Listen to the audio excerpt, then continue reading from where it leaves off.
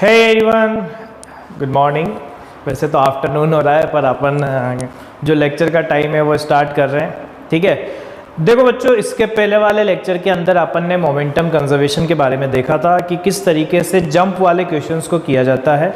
उन जंप वाले क्वेश्चंस में अपन ने ये चीज़ देखी थी कि कोई भी अगर पर्सन जंप करता है और अगर वहाँ पे नेट फोर्स 0 होता है तो किस तरीके से हमारे को मोमेंटम कंजर्वेशन की इक्वेशन लगानी होती है। मैंने आप लोगों को रिलेटिव वाले एग्जांपल कराए थे कि जब कभी भी कोई पर्सन व्हीकल के रेस्पेक्ट में जंप कर रहा है तो किस तरीके से हमारे को वहाँ पे क्वेश्चन करने हैं।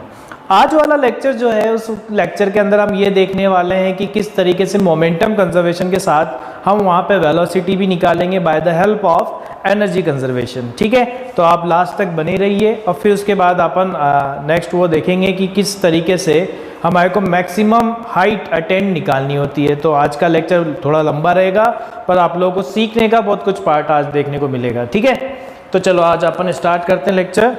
फर्स्ट क्वेश्चन जो है बच्चों वो है बिल्कुल बेसिक इन द सेंस, जैसे मैं आप लोगों को एक क्वेश्चन बताता हूँ जिसके अंदर आप लोग खुद इस क्वेश्चन से जज करें कि हमारे को किस तरीके से सॉल्व करना है।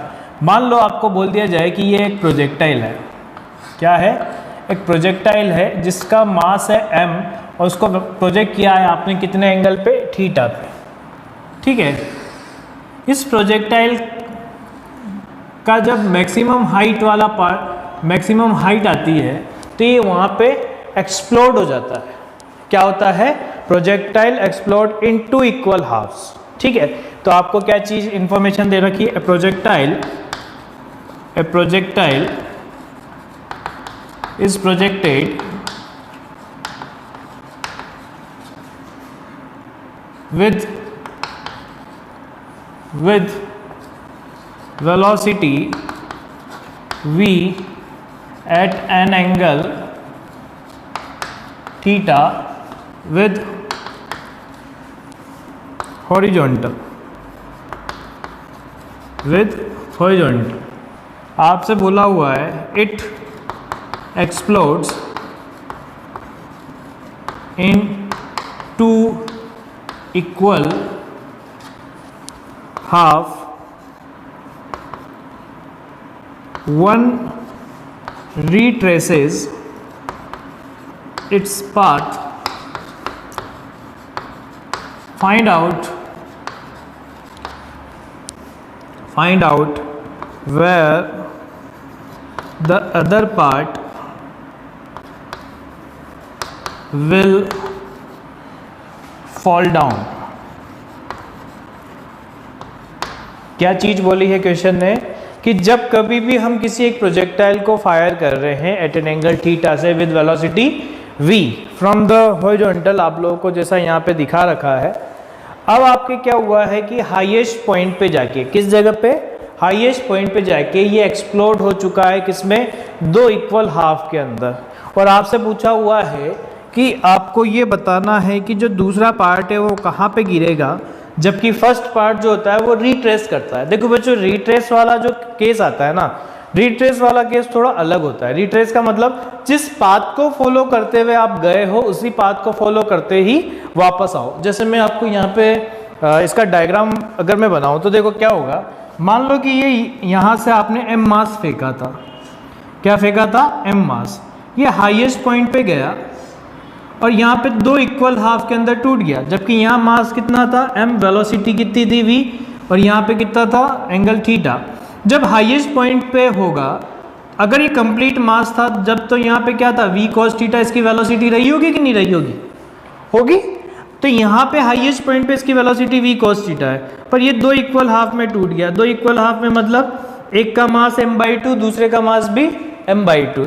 तो एक के लिए आपको इंफॉर्मेशन ये दी है कि जो एक इक्वल हाफ है वो रिट्रेस करता है। रिट्रेस का मतलब बच्चों क्या? इसी पाथ को फॉलो करते हुए नीचे आएगा। अब मुझे पता है अगर इसको रिट्रेस करना है इसके पाथ को, तो जितनी वेलोसिटी से यहाँ पे आया था उतनी ही वेलोसिटी से वापस जाना पड़ेगा, तभी जाके ये वहाँ पे उसी जगह पे एग्जैक्टली दैट पॉइंट पे यहाँ पे फॉल होगा। तो यहाँ क्या करें? यहाँ हो चुका है v cos थीटा। बात समझ में आई? अब यहाँ पे आप देखो कि किस तरीके से हम यहाँ मोमेंटम कंजर्वेशन लगा सकते हैं। कैसे लगाएंगे? हमने देखा कि F external along X direction क्या है, 0 है। अब आप कहोगे ऐसा क्यों? देखो बच्चों, यहाँ लगने वाला जो फोर्स है एक्स डायरेक्शन में वो 0, क्यों? क्योंकि सारा जो फोर्स है ग्रेविटी का वो डाउनवर्ड लग रहा है। जब ग्रेविटी का फोर्स डाउनवर्ड लग रहा है तो हॉरिजॉन्टल डायरेक्शन में तो ऐसा कोई फोर्स नहीं है जो इसको रोक रहा हो, तभी तो अपन प्रोजेक्टाइल में ये बोलते हैं कि इसकी वेलोसिटी कांस्टेंट रहती है। यानी एक्स डायरेक्शन में नेट फोर्स क्या है, 0। तो नेट फोर्स अगर 0 है तो आप ये कह सकते हो ना कि P initial is equal to P final होगा किस डायरेक्शन में, एक्स डायरेक्शन में। होगा कि नहीं होगा? तो बिल्कुल। अब अपन यहाँ अप्लाई करते हैं। कैसे अप्लाई करेंगे? इनिशियल मोमेंटम की जब आप यहाँ पे बात करने वाले हो तो इनिशियल मोमेंटम था हमारा, मास तो m था, वेलोसिटी कितनी थी, v cos थीटा। बिफोर जब ये दो पार्ट में एक्सप्लोड होने वाला है उसके पहले का मोमेंटम ये था। बाद में क्या हुआ, एक मास m/2 रिट्रेस कर रहा है, इसका मतलब माइनस v cos थीटा से क्या होगा, क्योंकि मैंने आपको बताया था जो डायरेक्शन आप यहाँ पे पॉजिटिव लेने वाले हो तो ये वाली डायरेक्शन क्या हो चुकी है, नेगेटिव हो चुकी है। ठीक है, और यहाँ क्या आ जाएगा, प्लस m/2 और दूसरे की वेलोसिटी अपन ले लेते हैं v डैश। तो यहाँ से कितना आएगा, अगर आप यहाँ देखो तो ये कितना हो चुका है, इधर आएगा तो ये आ जाएगा 3mv cos theta upon 2 is equal to m/2 into v1। तो ये m/2 से m/2 कैंसिल हो गया, तो v1 की वैल्यू कितनी आ गई, 3v cos थीटा। कितना आ चुका है यहाँ पे, 3v cos थीटा। अब मुझे बताओ बच्चों कि यह है, अगर इस जगह पे अपन बात कर रहे हैं कि ये जो दूसरा पार्ट है वो 3v cos थीटा से गया है, तो मुझे बताओ कहाँ जाके गिरेगा, क्योंकि एक्चुअल में क्वेश्चन ने तो यही पूछा है ना कि जहाँ से आपने प्रोजेक्ट किया है वहाँ से कितनी डिस्टेंस पे जाके जो दूसरा पार्ट है वो गिरेगा। तो इस क्वेश्चन को अगर आप ध्यान से देखें तो टेबल उत्ते से पार्ट को देखो, ये हाइट कितनी है, ये हाइट है हमारी कैपिटल H जिसकी वैल्यू हमें पता है। ये इतनी वेलोसिटी से जा रहा है, कितनी से, v1 से। तो ये एक वैसा क्वेश्चन हो चुका है काइनेमेटिक्स का। काइनेमेटिक्स का कैसे कि यहाँ v1 वेलोसिटी है, हॉरिजॉन्टल प्रोजेक्ट किया है किसी h हाइट से, तो यहाँ पे टाइम ऑफ फ्लाइट कितना होता है, √2h/g, और हमें पता है h की जो यहाँ वैल्यू है वो u² sin square theta upon 2g है ना। तो जब अपन यहाँ वैल्यू पुट करेंगे तो क्या आ जाएगा, √2u² sin square theta upon 2g into G. ये 2 से 2 कैंसिल हो गया तो आंसर कितना आया, ये आ गया u sin थीटा बाय जी। और वैसे भी अगर आप नहीं निकालते तो अपने को पता है मैक्सिमम हाइट से ग्राउंड पे पहुंचने का जो टाइम होता है वो u sin थीटा बाय जी होता है। तो अगर मैं रेंज निकालूं यहाँ से तो क्या आ जाएगा, रेंज।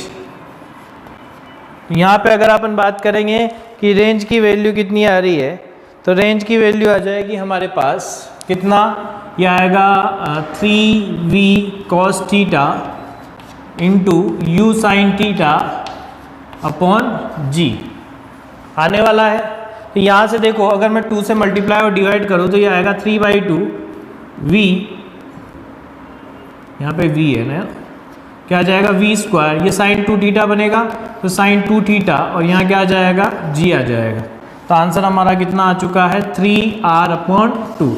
यानी मैक्सिमम हाइट से कितनी डिस्टेंस पे जाके गिरने वाला है, 3r/2। तो अगर अपन बात करें फ्रॉम प्रोजेक्शन पॉइंट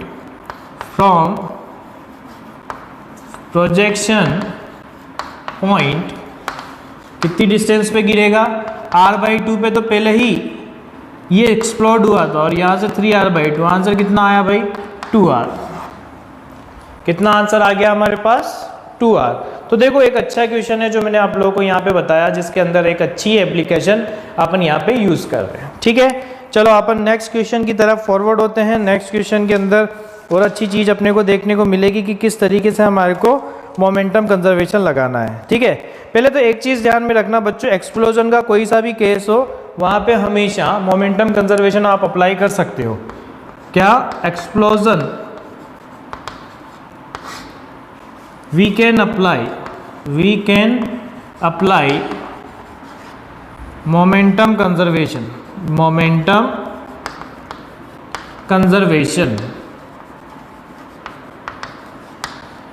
ठीक है, एक्सप्लोजन के सभी केसेस के अंदर आप क्या अप्लाई कर सकते हो, मोमेंटम कंजर्वेशन अप्लाई कर सकते हो। पहले सभी बच्चे एक बार मुझे कमेंट के थ्रू ये बता दें, वॉइस वगैरह के अंदर तो कोई इश्यू नहीं है ना, ताकि अपन लेक्चर को कंटिन्यू रखें। अदरवाइज़ अगर कोई इश्यू आ रहा हो तो आप लोग मुझे बता सकते हो।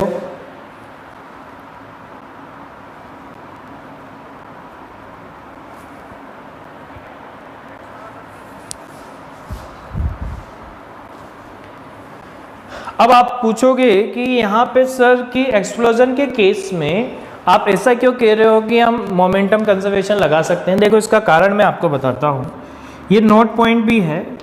जैसे मैं आपको एक बॉम्ब का एक्सप्लोजन अगर बताऊँ तो बॉम्ब में क्या होता है, आपने देखा होगा कि जितने भी इंटरनल फोर्सेस होते हैं वो इंटरनल फोर्सेस में ही, जैसे आपने अगर एक्सप्लोड किया है किसी भी चीज़ को तो वो इंटरनल फोर्सेस की वजह से ही एक्सप्लोड होता है, और इंटरनल फोर्स कभी भी मोमेंटम में चेंज नहीं ला सकते। जिसका मैं एक सीधा सा एग्जांपल बताता हूँ। Let suppose we are in the room, क्या है, we are in the room, we are the particle and we are start moving inside the room, तो क्या वो रूम मूव करने लग जाएगा? क्या नहीं करेगा। क्यों? क्योंकि आप एक सिस्टम के पार्टिकल हो, आपने इंटरनल फोर्सेस लगाना स्टार्ट किया, पर क्या पूरे सिस्टम के मोमेंटम में चेंज लाए? क्या नहीं ला सकते। आपने खुद के मोमेंटम में चेंज लाया, आप इधर उधर किसी से कोलिजन कर रहे हो तो एक दूसरे के मोमेंटम में चेंज लेके आ रहे हो, पर वहाँ पे सिस्टम मूव नहीं करेगा। वैसे इसके अंदर होता है कि इंटरनल फोर्सेस जो होते हैं वो वहाँ पे उसके मोमेंटम को चेंज नहीं करते हैं, यानी ओवरऑल जो सिस्टम का जो मोमेंटम है वो कंजर्व रहता है। ठीक है, तो अपन ये कह सकते हैं क्या, explosion occur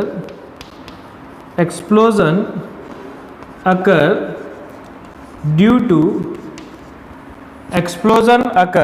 to internal forces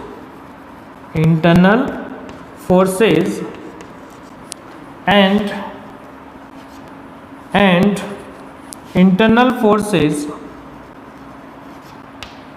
internal forces cannot change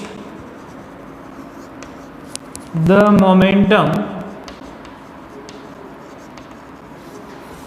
of the system।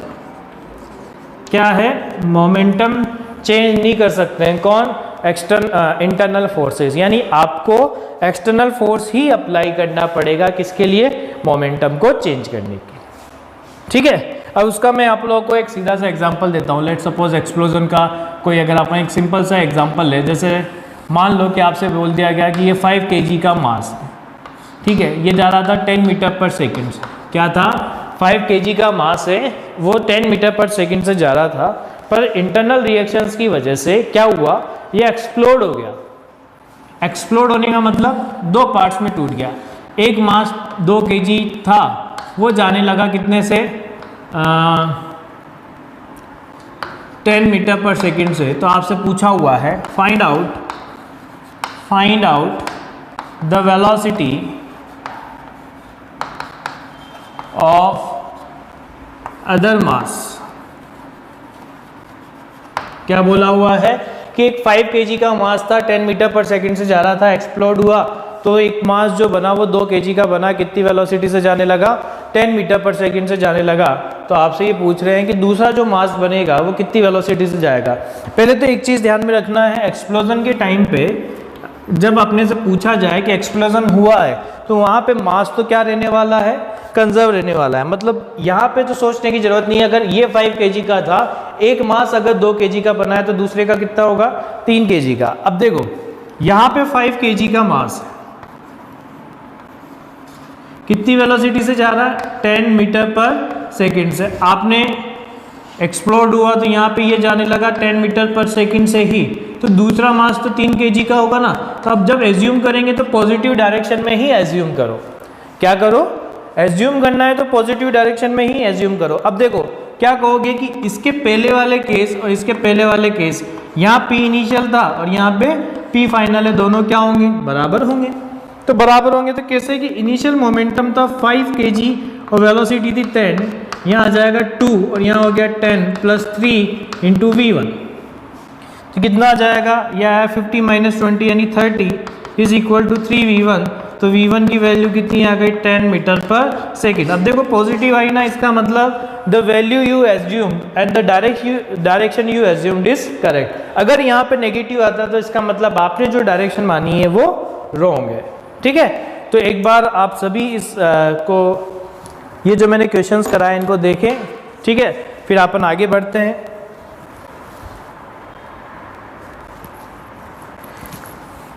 ये तो देखो बच्चों, मैंने आपको एक लीनियर डायरेक्शन में एक्सप्लोजन का केस बताया है।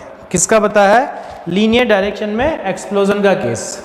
अब देखो, मैं जो नेक्स्ट केस आप लोगों को बताने जा रहा हूँ, वो नेक्स्ट केस जो है वो किस पे बेस्ड है?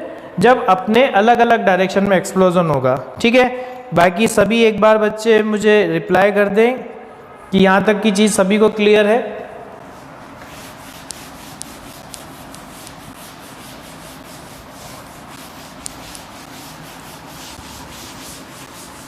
आज का लेक्चर थोड़ा लंबा रहेगा बच्चों, क्योंकि अपने लास्ट वाला लेक्चर जो था वो किसी रीज़न से नहीं हो पाया था।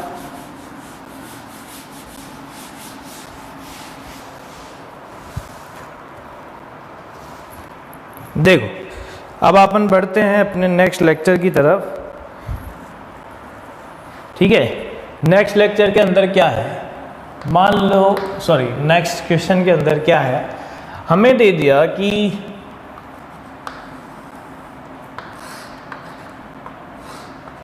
ये x डायरेक्शन है, ये y डायरेक्शन है, और ये क्या है?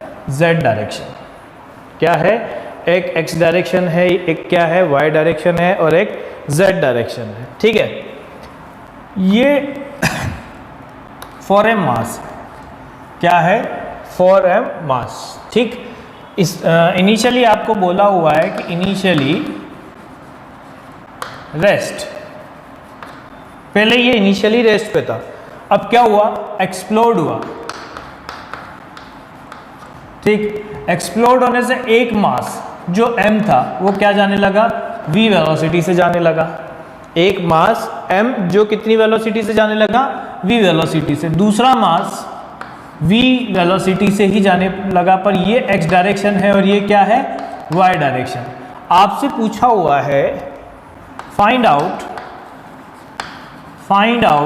The net velocity of third mass, also velocity in vector form, velocity in vector form। क्या बोला हुआ है कि वेलोसिटी को बताना है आपको, किसमें? वेक्टर फॉर्म में बताना है। ठीक है, तो चलो इस पे चर्चा करते हैं कि किस तरीके से क्वेश्चन को सॉल्व करना है। तो देखो, जब हमारे से पूछा हुआ है कि यहाँ पे एक्सप्लोजन का केस है, तो अब देखो अपने को एक चीज़ ध्यान में रखनी है, क्या? कि पहले फॉर एम मास था। क्या था? For M mass. तो मैं अगर यहाँ पे कहूँ एक्सप्लोजन है, explosion only due to internal force, only due to internal force, तो अपने को पता है F एक्सटर्नल यहाँ पे क्या आने वाला है? 0 आने वाला है। यानी अपन ये कह सकते हैं P initial is equal to P final. ठीक है, क्योंकि यहाँ पे कोई नेट फोर्स नहीं लग रहा है, यानी initial momentum is equal to final momentum. ठीक है, अब इनिशियल मोमेंटम की बात करें बच्चों, तो यहाँ पे टोटल मास कितना था? तो टोटल मास था हमारे पास 4m, वेलोसिटी क्या थी? 0। टोटल मास क्या था? 4m, और वेलोसिटी क्या थी? 0। अब अगर मैं बाद में बात करूं तो एक पार्टिकल जो है वो तो जाने लगा किस में? m, कितनी वेलोसिटी से? v cos v से, पर i कैप डायरेक्शन में। दूसरा क्या जाने लगा? m, v वेलोसिटी से पर j कैप से। अब बचा कितना? 2m, और किससे? मान लो v1 हो गया। तो अगर मैं यहाँ पे कहूँ तो यहाँ क्या आएगा? देखो, ये तो 0 हुआ, तो ये आ जाएगा minus mv i cap minus mv j cap, तो 2m इंटू वी1। तो ये इससे ये कैंसिल, तो v1 की वैल्यू क्या आ गई? Minus v/2 i cap minus v/2 j cap. आ गया? अब मुझे एक चीज़ बताओ, अगर मैं इसका ही प्लॉट करूँ डायग्राम, तो कैसे आने वाला है? माइनस v/2 का मतलब negative x, minus v/2 j cap का मतलब नेगेटिव y, तो ये v/2 और ये v/2, तो रिजल्टेंट इधर आएगा कितना? 45 डिग्री पे। अब कुछ बच्चे ये सोचते हैं, और उनका सोचना सही भी है, कि यहाँ पे एक मास x में जा रहा है, एक मास y में जा रहा है, तो तीसरा ऑब्वियस सी बात है z में गया होगा। नहीं, क्यों? क्योंकि अगर आपने z में कोई भी मास अगर z में चला गया तो नेट मोमेंटम उसका जीरो नहीं होगा। क्यों? क्योंकि एक वेक्टर पॉजिटिव y में, एक पॉजिटिव x के अंदर, एक पॉजिटिव y में, और अगर एक z में चला गया तो हमें पता है 3 नॉन कोप्लानर वेक्टर जो होते हैं उनका कभी भी सम जीरो नहीं आ सकता, है ना। तो यहाँ पे क्या आएगा, उसको एक्स वाई प्लेन में ही जाना पड़ेगा। और कितनी वेलोसिटी से? अंडर रूट ऑफ v/2 का स्क्वायर प्लस v/2 का स्क्वायर, क्या आ जाएगा? v/√2। कितना हो गया? v/√2। तो v नेट की अगर अपन बात करें तो v नेट कितना आ चुका है? v/√2। v नेट की अगर अपन बात करें तो कितना आ चुका है?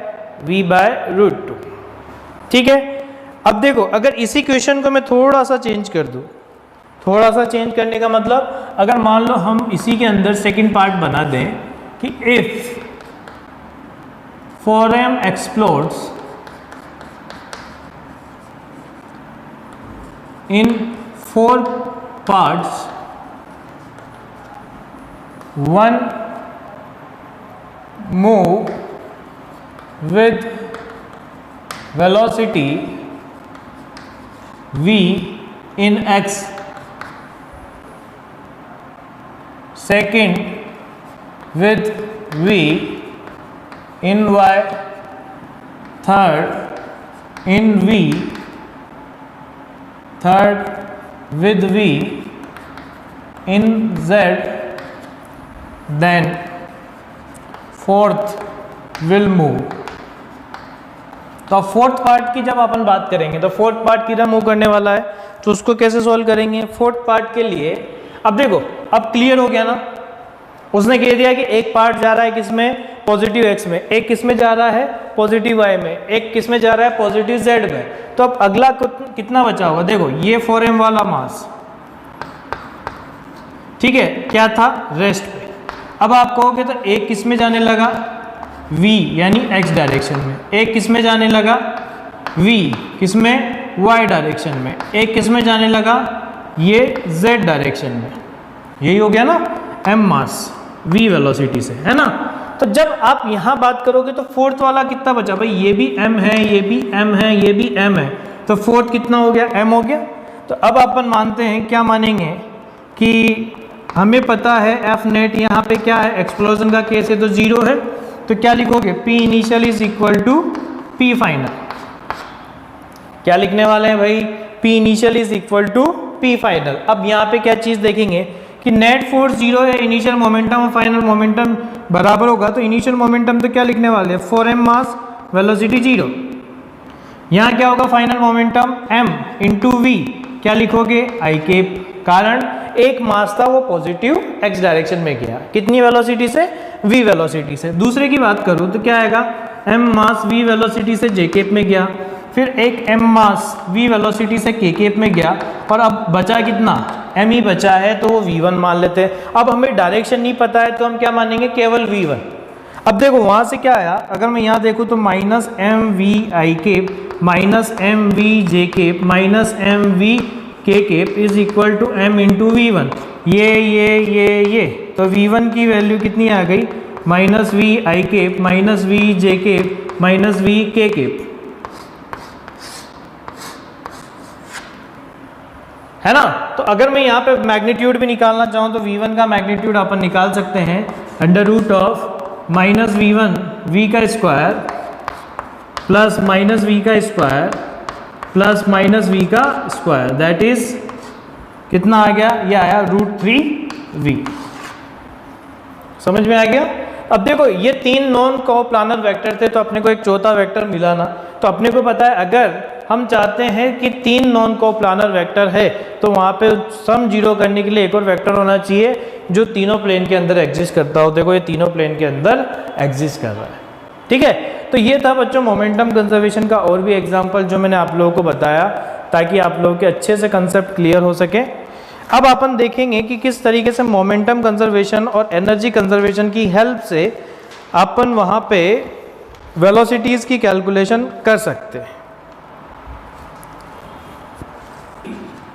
Conservation,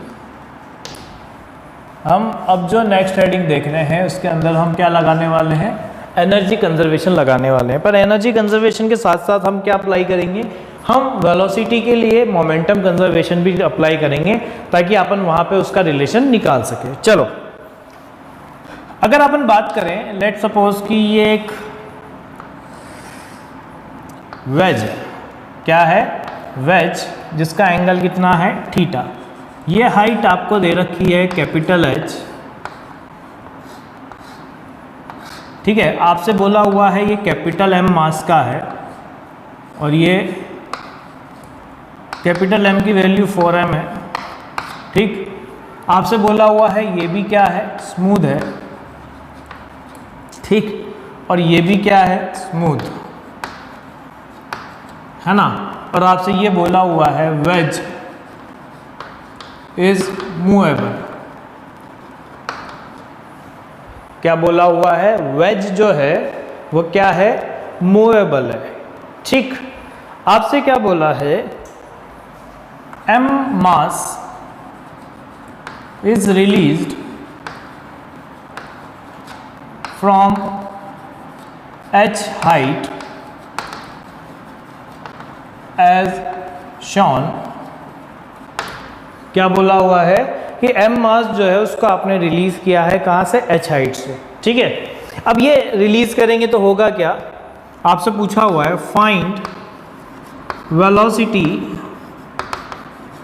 of block and wedge. क्या बोला हुआ है, जो वेज है उसकी वेलोसिटी आपको बतानी है, साथ के साथ ब्लॉक की वेलोसिटी भी बतानी है। यहां तक क्लियर है।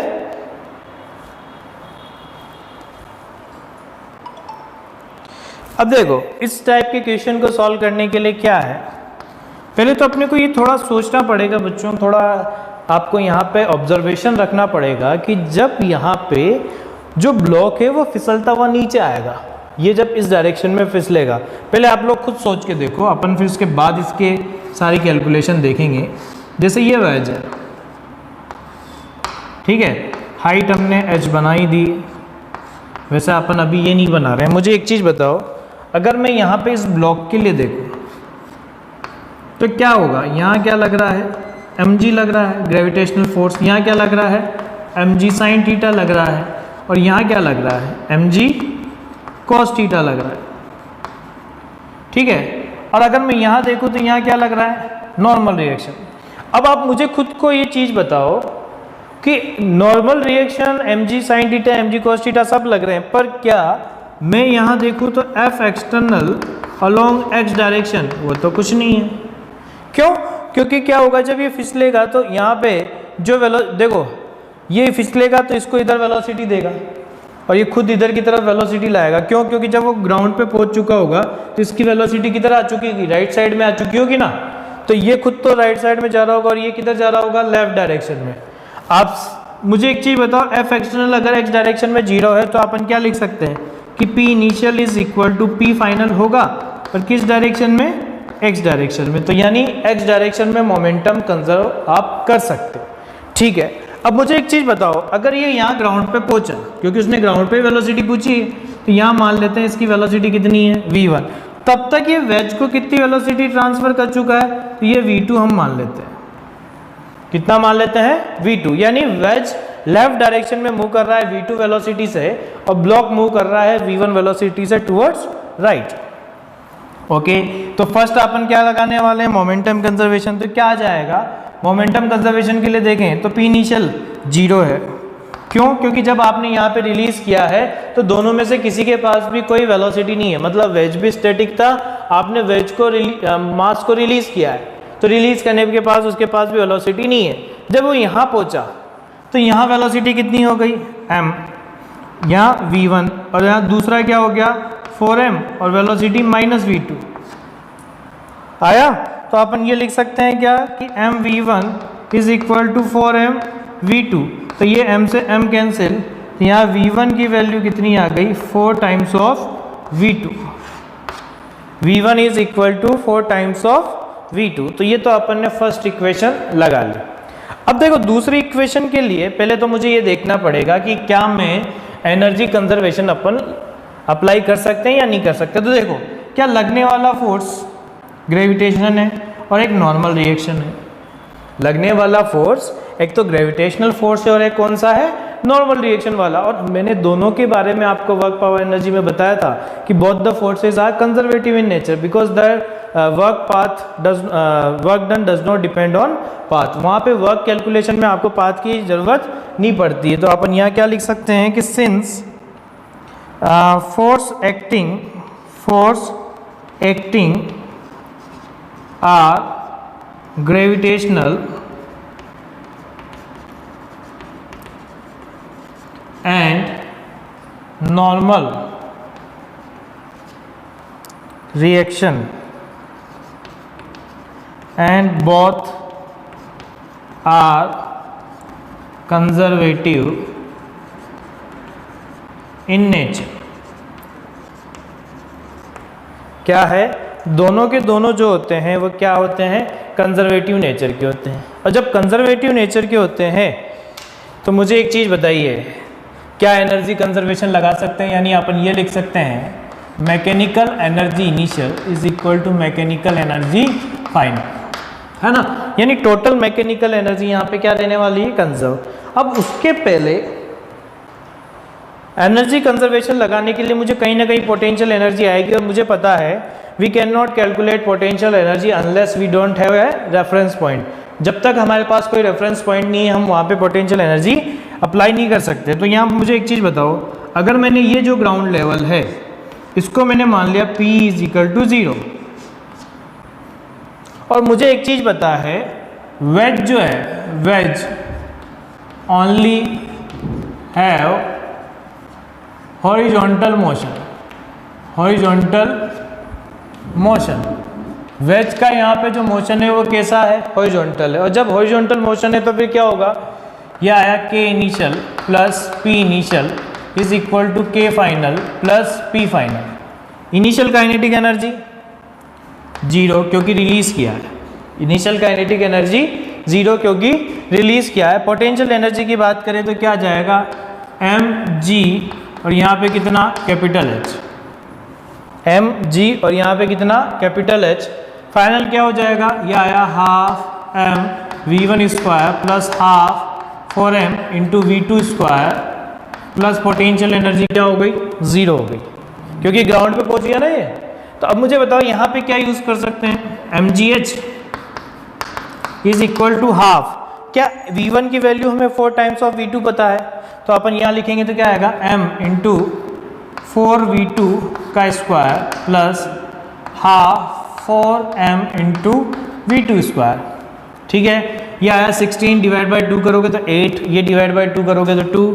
तो अपन ऐसे लिख सकते हैं mgh is equal to 10 m v2 square. तो ये इससे कैंसिल हो गया, v2 की जो वैल्यू यहाँ पे निकल के आई वो आ गई gh अपॉन 10। क्या निकल के आ गई, gh अपॉन 10। ऐसे ही मुझे बताओ अगर मैं कहूँ वेलोसिटी ऑफ ब्लॉक, तो ब्लॉक की वेलोसिटी क्या आने वाली है, v1 is equal to 4 times of v2 है, तो 4 under root of gh by 10, जिसको अपन ऐसे भी लिख सकते हैं under root of 16 gh by 10 यानी under root of 8 gh by 5। कितना आ जाएगा, under root of 8 gh upon 5। ये हमारी वेलोसिटी निकल के आई किसकी, ब्लॉक की। ठीक है, तो ये तरीका है जब अपने को एनर्जी कंजर्वेशन लगाना होगा और सॉल्व करना होगा तब। ठीक है, अब इसी की तरीके से मैं आप लोगों को एक और क्वेश्चन कराता हूँ जिसमें ऐसे ही कुछ कैलकुलेशन करनी। मान लो हमें कुछ ऐसा क्वेश्चन दे दिया गया कि ये एक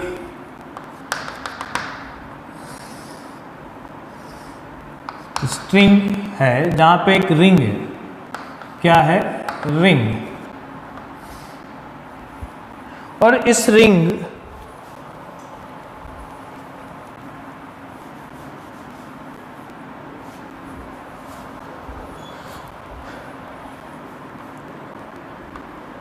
से जुड़ा हुआ है एक मास जिसका है 2m और ये कितना है m। ये लेंथ जो हमें दे रखी है वो कितनी है l। आपको बोला हुआ है इनिशियली ब्लॉक हेल्ड हॉरिजॉन्टल, आपने ब्लॉक को जो है वो हॉरिजॉन्टल होल्ड कर रखा है। आपसे पूछा हुआ है when block released and string become vertical, block को आपने रिलीज कर दिया और स्ट्रिंग वर्टिकल हो चुकी है। पूछा हुआ है find out velocity of ring and block. क्या बोला हुआ है कि जब ब्लॉक वर्टिकल या स्ट्रिंग वर्टिकल हो जाएगी तो आपको ये बताना है कि इनकी वेलोसिटीज कितनी होने वाली है। ठीक है, तो इस टाइप के मैं पहले अगर मैं यहाँ पे डायग्राम बनाऊँ, ठीक है ना, तो जब आप यहाँ पे डायग्राम बनाओगे तो देखो क्या आएगा। जब ये वर्टिकल होगा तो किस तरीके का यहाँ पे होने वाला है सिनेरियो। ये हमारी स्ट्रिंग, ठीक है। इनिशियल कंडीशन मैं इस कलर से बता रहा हूँ जो यहाँ आप लोग देख रहे हो, 2m और ये m, 2m और वो कितना हो गया m। अच्छा, यहाँ पे अगर मैं बात करूँ तो यहाँ कितना होगा, ये इधर जा रहा होगा कितने से v1 वेलोसिटी से, और ये जो है वो इधर जा रहा होगा कितने से v2 वेलोसिटी से। ये जा रहा होगा v1 से और ये किधर जा रहा होगा v2 से। ऑब्वियस सी बात है ना, स्ट्रिंग अगर वर्टिकल हो चुकी है तो ये रिंग तो इधर, क्योंकि रिंग भी मूवेबल है, तो रिंग मूवेबल है तो अलोंग द स्ट्रिंग तो उसका मूवमेंट हो सकता है। तो रिंग जाने लगी मान लो v1 वेलोसिटी से उधर और ये जाने लगा v2 वेलोसिटी से इधर। अगर मैं यहाँ पे कहूँ, देखो टेंशन लगेगा ऊपर, 2 mg लगेगा नीचे, है ना, कि ये वर्टिकल होगा तो ये स्ट्रिंग की लेंथ तो l ही रहनी है। अब अगर मैं यहाँ पे कहूँ, जैसे ही मैंने इसको छोड़ा, आप लोग ऐसे समझना, जैसे ही मैंने इसको छोड़ा, छोड़ते ही किधर आ जाएगा, नीचे की तरफ आएगा। और इसका एक सीधा सा एग्जांपल मैं आपको बताऊँ, ये ऐसी कंडीशन में बच्चों, जैसे मान लो मैंने इस चौक को होल्ड कर रखा है, यहाँ से हिंज कर रखा है,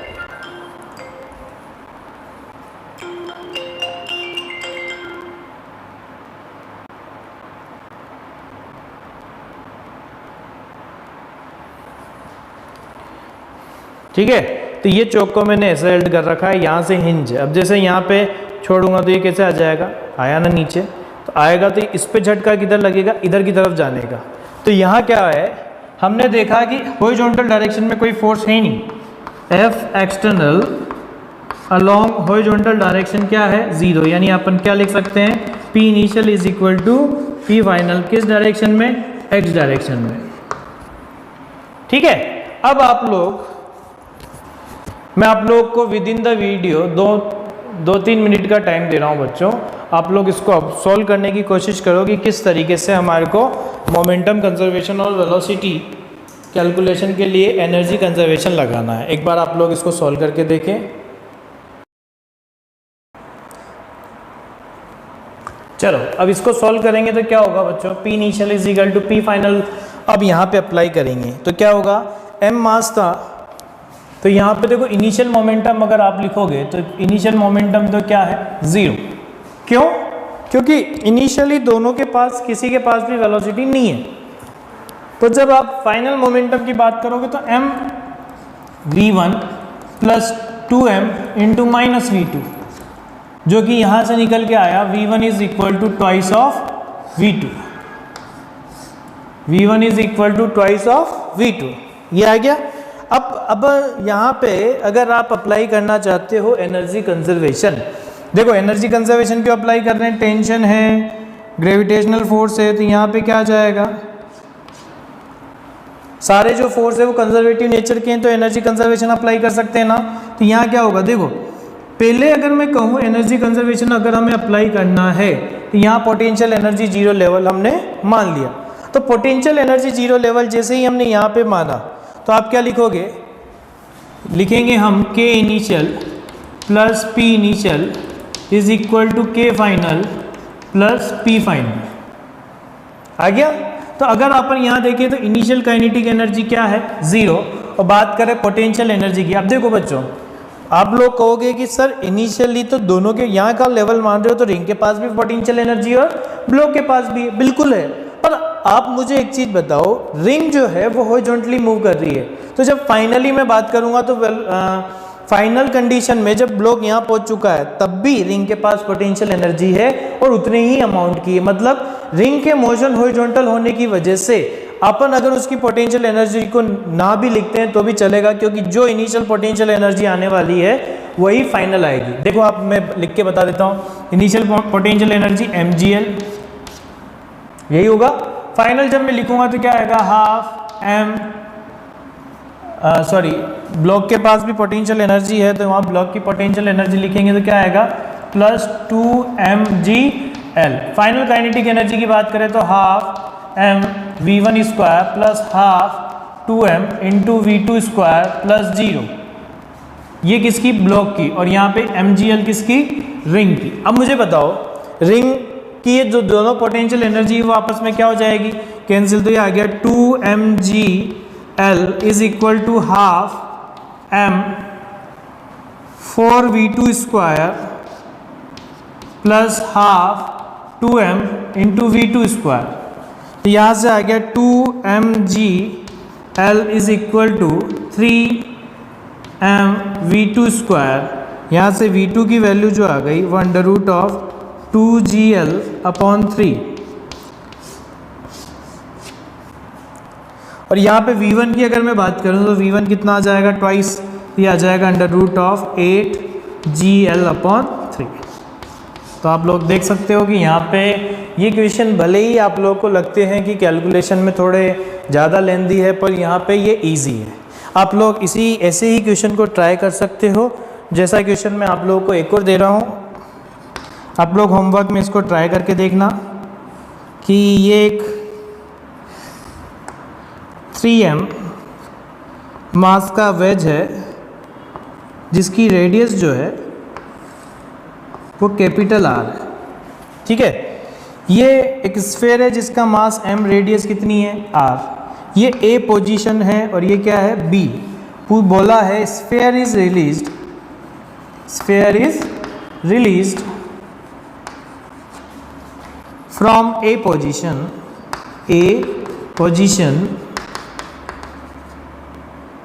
find velocity of both when it reaches to B position. B position पे जब ये आने वाला है तो आपको इसकी वेलोसिटी बतानी है। यहाँ क्या है, स्मूथ, और यहाँ पे क्या है, स्मूथ, और वेज जो है वो मूवेबल है, वो अपने को ध्यान में रखना है। सेम इसी तरीके का क्वेश्चन है, बस थोड़ा सा अपने को ध्यान में रखना है कि इसकी रेडियस भी अपने को कंसीडर करके चलनी है, और हमेशा potential energy centre of mass से लिखी जाती है, उसका अपने को ध्यान में रखना है, ठीक है। अब देखो, अब जो अपन क्वेश्चन करने जा रहे हैं बच्चों वो थोड़ा एडवांस लेवल के हैं। एडवांस लेवल के इन द सेंस, आप ऐसे समझ लो कि उस क्वेश्चन में आप लोगों के बहुत सारे कंसेप्ट क्लियर हो जाएंगे, बट उसके पहले अपने को ये सारी इक्वेशंस क्लियर करनी है। ऐसा नहीं होना चाहिए कि आप लोग इन क्वेश्चन में थोड़े भी डाउट रखो, क्योंकि देखो वो वाला जो क्वेश्चन होगा उसके अंदर कुछ हम ऐसी चीज़ करेंगे जिसमें 2-3 बार मोमेंटम कंजर्वेशन लग सकता है। जैसे अब देखो, अब जो अपन क्वेश्चन करने जा रहे हैं उस क्वेश्चन के अंदर क्या है, मान लो आपसे ये बोल दिया गया कि ये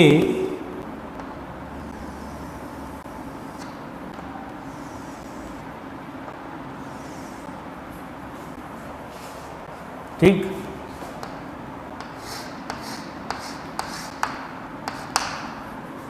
क्या बोला हुआ है यहाँ पे कि ये एक कैपिटल M है, जिसकी वैल्यू 4m स्मॉल m ले सकते हो, ये भी कैपिटल M है।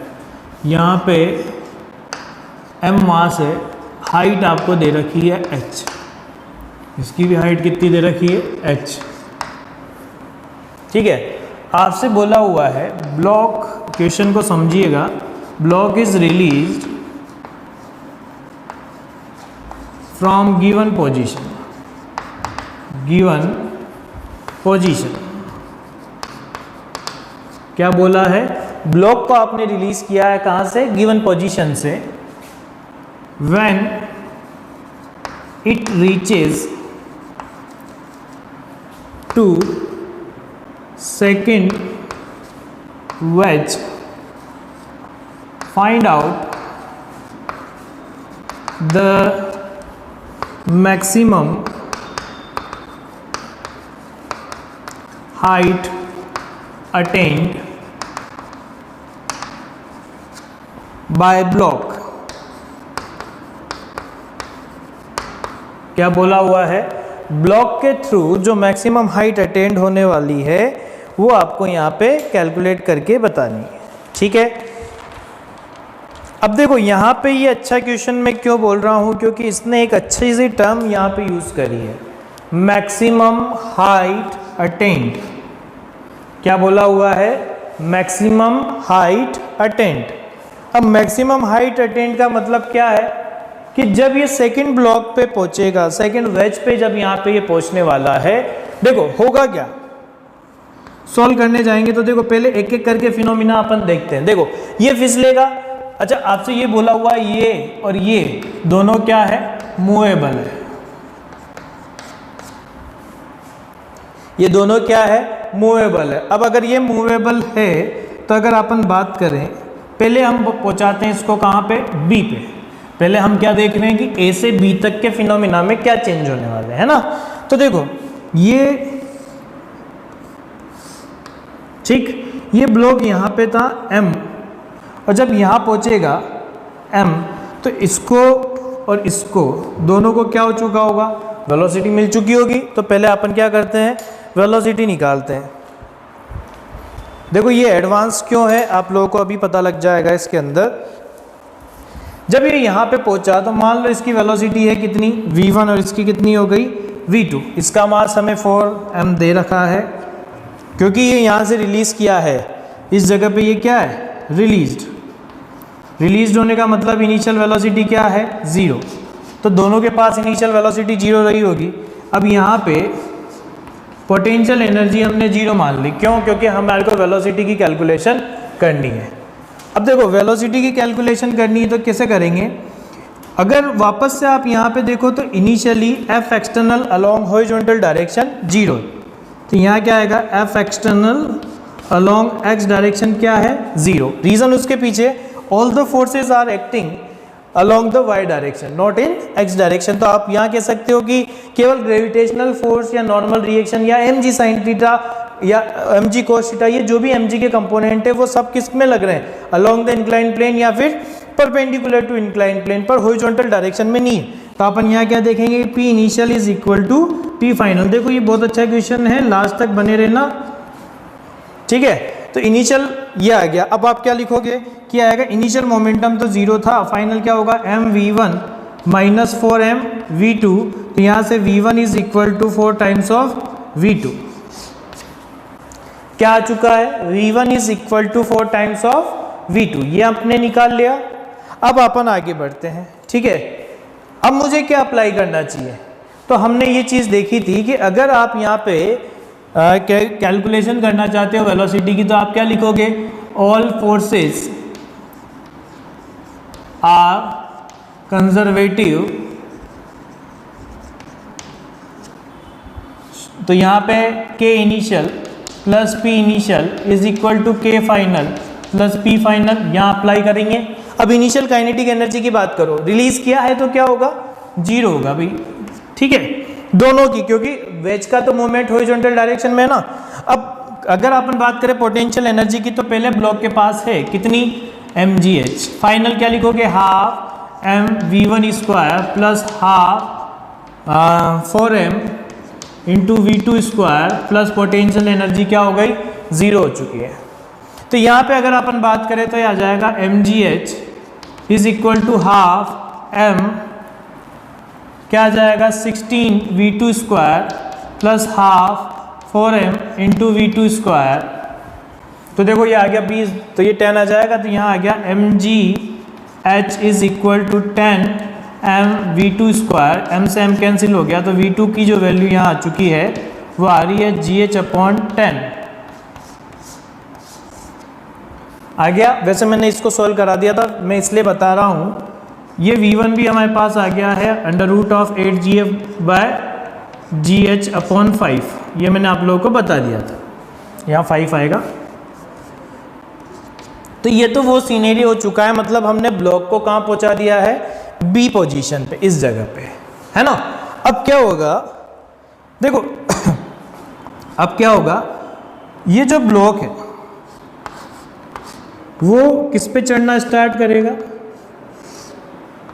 ये स्मूदी लेना, मतलब आप ऐसे मत लेना कि एकदम से किंग आ जाए, तो यहाँ नहीं तो कॉलिजन के चांसेस होते हैं।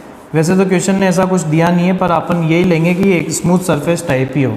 देखो ये ब्लॉक हो गया, ये ऐसे चढ़ना स्टार्ट करता है ना। अब दोनों वेज है, ये भी कितने का, 4m का, ठीक। तो ये चढ़ना स्टार्ट होता है ऐसे, कितनी वेलोसिटी लेके चढ़ेगा भाई, v1 माना था, तो यहाँ v1 वेलोसिटी से चढ़ेगा, मास कितना है 4m।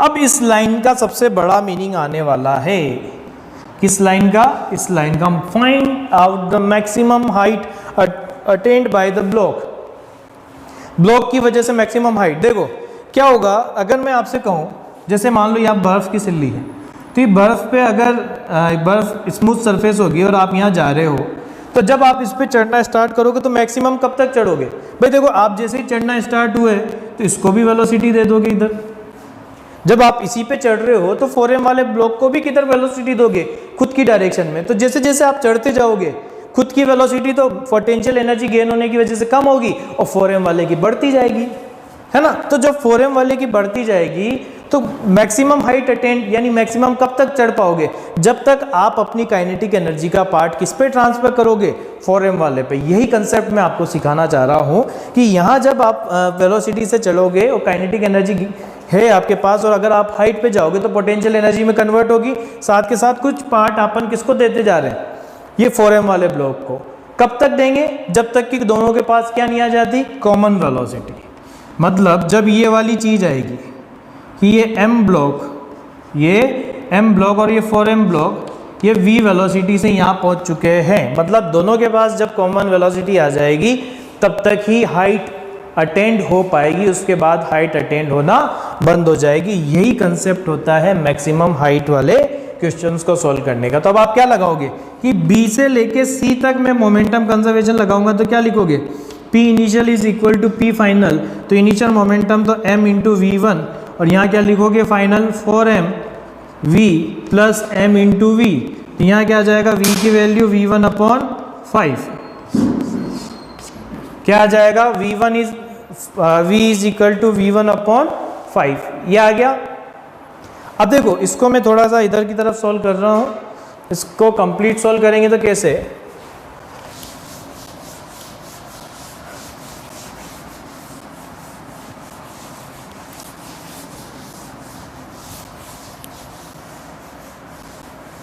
देखो तो जब इसको सॉल्व करेंगे तो मुझे पता है अब एनर्जी कंजर्वेशन लगाना है। लेट्स से ये वाली जो हाइट है वो कितनी है, h1 है, और सारी सरफेसेस स्मूथ है, तो मैंने ये मान लिया कि पोटेंशियल एनर्जी क्या है, 0 है। पोटेंशियल एनर्जी क्या है, 0। तो आप क्या लगाओगे, k initial plus p initial is equal to k final plus p final. तो इनिशियली काइनेटिक एनर्जी क्या नहीं है, क्या बिल्कुल है, कितनी है, हाफ, पहले केस में नहीं होती थी, पर half m v1 square plus potential energy है क्या, नहीं है, फाइनल क्या है, हाफ, कॉमन वेलोसिटी आ चुकी है, तो क्या लिखोगे, half m v square plus half 4m into we square, और प्लस पोटेंशियल एनर्जी किसने गेन करी, m मास के ब्लॉक ने, और कितनी हाइट, h1। तो यहाँ क्या कर देते हैं h1 जो मुझे कैलकुलेट करनी, क्या आया, half m v1 square minus half 5m और v की जगह क्या लिख दूंगा, v1 बाय 5 का square is equal to mgh1, कितना आ जाएगा, ये आ गया हाफ m v1 स्क्वायर और ये कितना आ जाएगा 1/10 m v1 square is equal to mgh1। तो यहाँ देखो क्या आया, अगर आप इसको सॉल्व करोगे तो कितना आ जाएगा 4m v1 स्क्वायर अपॉन 10, यही आने वाला है 5 - 1, हाँ ठीक है, ये आ जाएगा mgh1। अब वैल्यू पुट करते हैं, m से m कैंसिल, 4/10 v1 की जगह क्या रखने वाले हैं हम, v1 की वैल्यू हमने निकाली थी, स्क्वायर क्या आ जाएगा 8gh upon 5 is equal to gh1, ये g से g कैंसिल हो गया, और क्या कैंसिल हो रहा है, ये 2 टाइम्स, ये 5 टाइम्स, क्या आ गया 16/25 h is equal to h1। तो ये आंसर निकल के आया बच्चों, और ये आज के लेक्चर यहाँ तक ही था।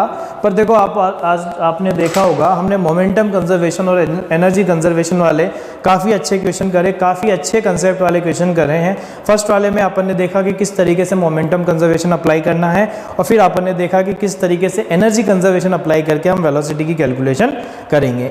अब देखो नेक्स्ट लेक्चर जो होगा उसमें अपन स्प्रिंग मास सिस्टम देखने वाले हैं कि जब स्प्रिंग मास सिस्टम के क्वेश्चन होंगे तो उसको सेंटर ऑफ मास के कंसेप्ट से कितना इजी बनाया जा सकता है। ठीक है, तो होपफुली आप लोगों को आज का लेक्चर में मज़ा आया होगा। ठीक है, नेक्स्ट लेक्चर जो होगा वो स्प्रिंग मास सिस्टम का होगा। Thank you.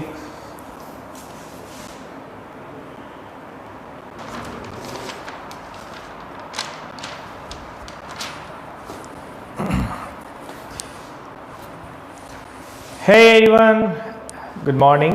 वैसे तो आफ्टरनून हो रहा है पर अपन जो लेक्चर का टाइम है वो स्टार्ट कर रहे हैं। ठीक है, देखो बच्चों, इसके पहले वाले लेक्चर के अंदर अपन ने मोमेंटम कंजर्वेशन के बारे में देखा था कि किस तरीके से जंप वाले क्वेश्चंस को किया जाता है। उन जंप वाले क्वेश्चंस में अपन ने ये चीज़ देखी थी कि कोई भी अगर पर्सन जंप करता है और अगर वहाँ पे नेट फोर्स 0 होता है तो किस तरीके से हमारे को मोमेंटम कंजर्वेशन की इक्वेशन लगानी होती है। मैंने आप लोगों को रिलेटिव वाले एग्जांपल कराए थे कि जब कभी भी कोई पर्सन व्हीकल के रेस्पेक्ट में जंप कर रहा है तो किस तरीके से हमारे को वहाँ पे क्वेश्चन करने हैं। आज वाला लेक्चर जो है उस लेक्चर के अंदर हम ये देखने वाले हैं कि किस तरीके से मोमेंटम कंजर्वेशन के साथ हम वहाँ पे वेलोसिटी भी निकालेंगे by the help of energy conservation. ठीक है, तो आप लास्ट तक बने रहिए और फिर उसके बाद अपन नेक्स्ट वो देखेंगे कि किस तरीके से हमारे को मैक्सिमम हाइट अटेंड निकालनी होती है। तो आज का लेक्चर थोड़ा लंबा रहेगा पर आप लोगों को सीखने का बहुत कुछ पार्ट आज देखने को मिलेगा। ठीक है, तो चलो आज अपन स्टार्ट करते हैं लेक्चर। फर्स्ट क्वेश्चन जो है बच्चों वो है बिल्कुल बेसिक इन द सेंस, जैसे मैं आप लोगों को एक क्वेश्चन बताता हूँ जिसके अंदर आप लोग खुद इस क्वेश्चन से जज करें कि हमारे को किस तरीके से सॉल्व करना है। मान लो आपको बोल दिया जाए कि ये एक प्रोजेक्टाइल है। क्या है? एक प्रोजेक्टाइल है जिसका मास है m और उसको प्रोजेक्ट किया है आपने कितने एंगल पे? थीटा पे। ठीक है, इस प्रोजेक्टाइल का जब मैक्सिमम हाइट वाला पार्ट, मैक्सिमम हाइट आती है तो ये वहाँ पे एक्सप्लोड हो जाता है। क्या होता है? प्रोजेक्टाइल एक्सप्लोड इन 2 इक्वल हाफ्स। ठीक है, तो आपको क्या चीज़ इंफॉर्मेशन दे रखी है? ए प्रोजेक्टाइल इज प्रोजेक्टेड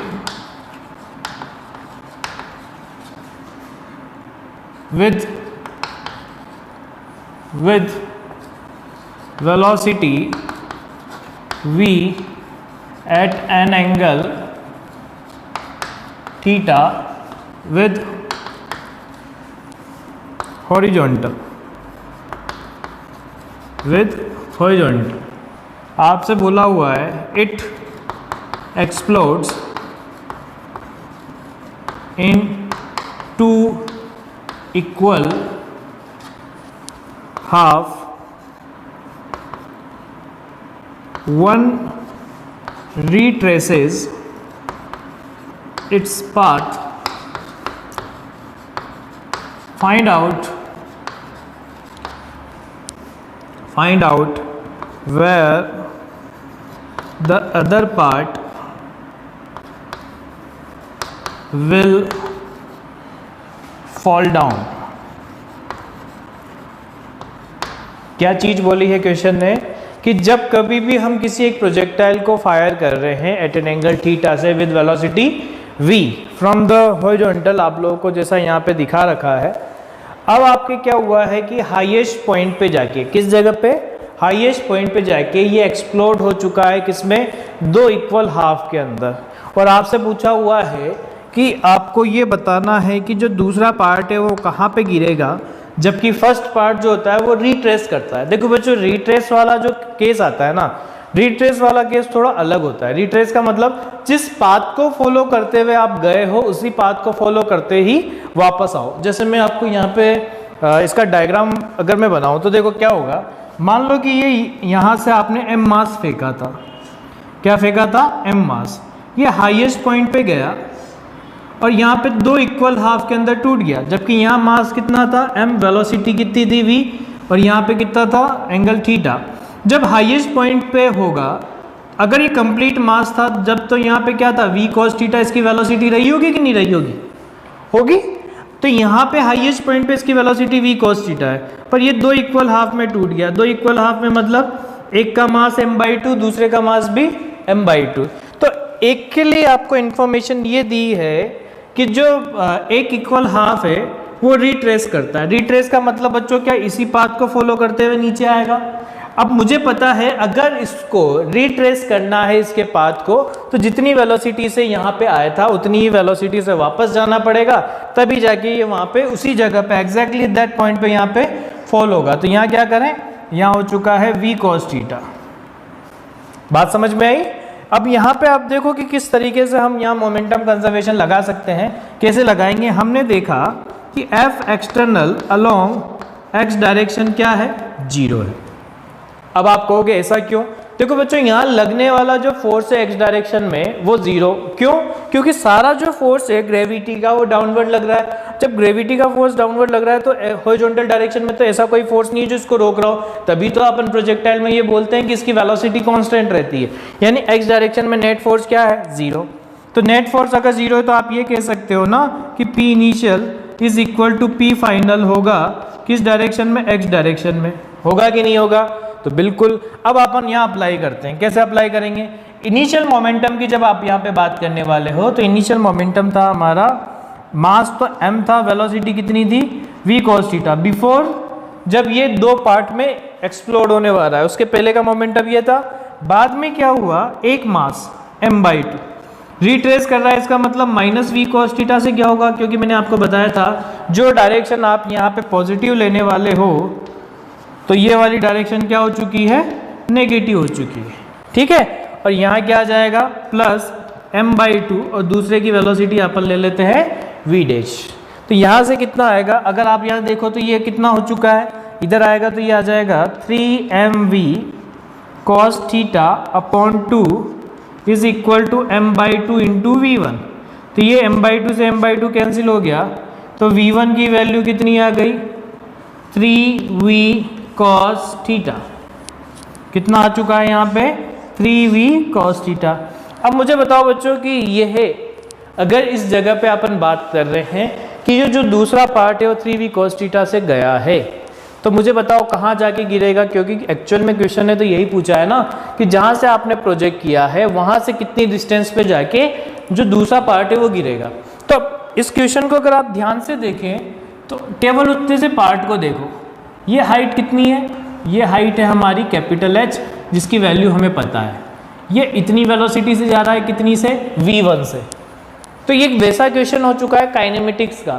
काइनेमेटिक्स का कैसे कि यहाँ v1 वेलोसिटी है, हॉरिजॉन्टल प्रोजेक्ट किया है किसी h हाइट से, तो यहाँ पे टाइम ऑफ फ्लाइट कितना होता है, √2h/g, और हमें पता है h की जो यहाँ वैल्यू है वो u² sin square theta upon 2g है ना।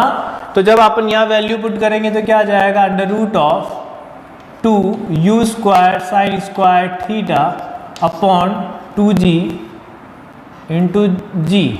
ये 2 से 2 कैंसिल हो गया, तो आंसर कितना आया, ये आ गया u sin theta by g। और वैसे भी अगर आप नहीं निकालते तो अपने को पता है मैक्सिमम हाइट से ग्राउंड पे पहुंचने का जो टाइम होता है वो u sin theta by g होता है। तो अगर मैं रेंज निकालूं यहाँ से तो क्या आ जाएगा, रेंज यहाँ पे अगर अपन बात करेंगे कि रेंज की वैल्यू कितनी आ रही है, तो रेंज की वैल्यू आ जाएगी हमारे पास कितना, ये आएगा 3v cos theta into U sine theta upon G आने वाला है।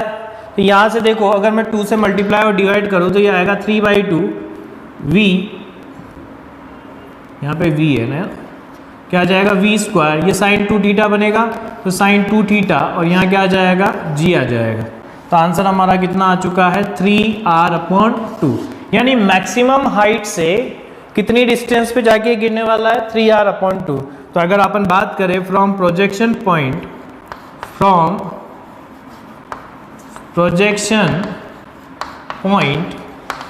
कितनी डिस्टेंस पे गिरेगा, r/2 पे तो पहले ही ये एक्सप्लोड हुआ था, और यहाँ से 3r/2, आंसर कितना आया भाई 2r। कितना आंसर आ गया हमारे पास 2r। तो देखो एक अच्छा क्वेश्चन है जो मैंने आप लोगों को यहाँ पे बताया, जिसके अंदर एक अच्छी एप्लीकेशन अपन यहाँ पे यूज कर रहे हैं। ठीक है, चलो अपन नेक्स्ट क्वेश्चन की तरफ फॉरवर्ड होते हैं। नेक्स्ट क्वेश्चन के अंदर और अच्छी चीज अपने को देखने को मिलेगी कि किस तरीके से हमारे को मोमेंटम कंजर्वेशन लगाना है। ठीक है, पहले तो एक चीज ध्यान में रखना बच्चों, एक्सप्लोजन का कोई सा भी केस हो वहां पे हमेशा मोमेंटम कंजर्वेशन आप अप्लाई कर सकते हो। क्या explosion we can apply momentum conservation।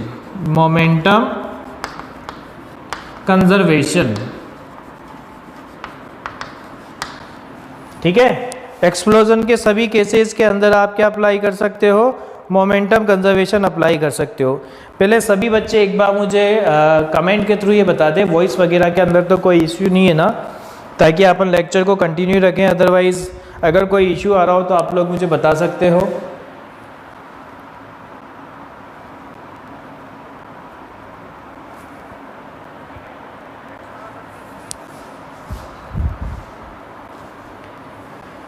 अब आप पूछोगे कि यहाँ पे सर कि एक्सप्लोजन के केस में आप ऐसा क्यों कह रहे हो कि हम मोमेंटम कंजर्वेशन लगा सकते हैं। देखो इसका कारण मैं आपको बताता हूँ, ये नोट पॉइंट भी है।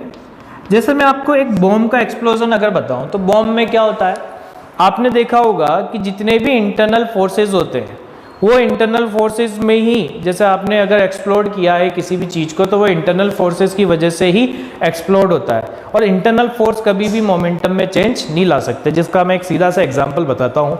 Late suppose we are in the room, क्या है, we are in the room, we are the particle and we are start moving inside the room.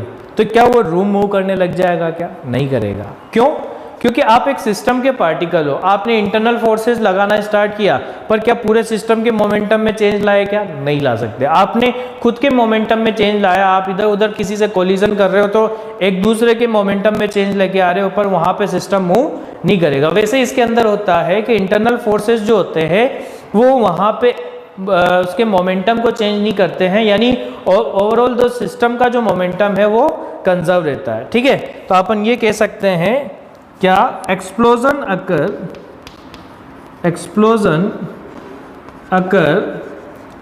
Due to internal forces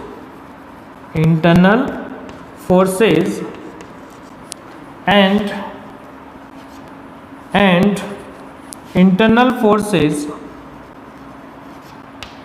internal forces cannot change the momentum of the system।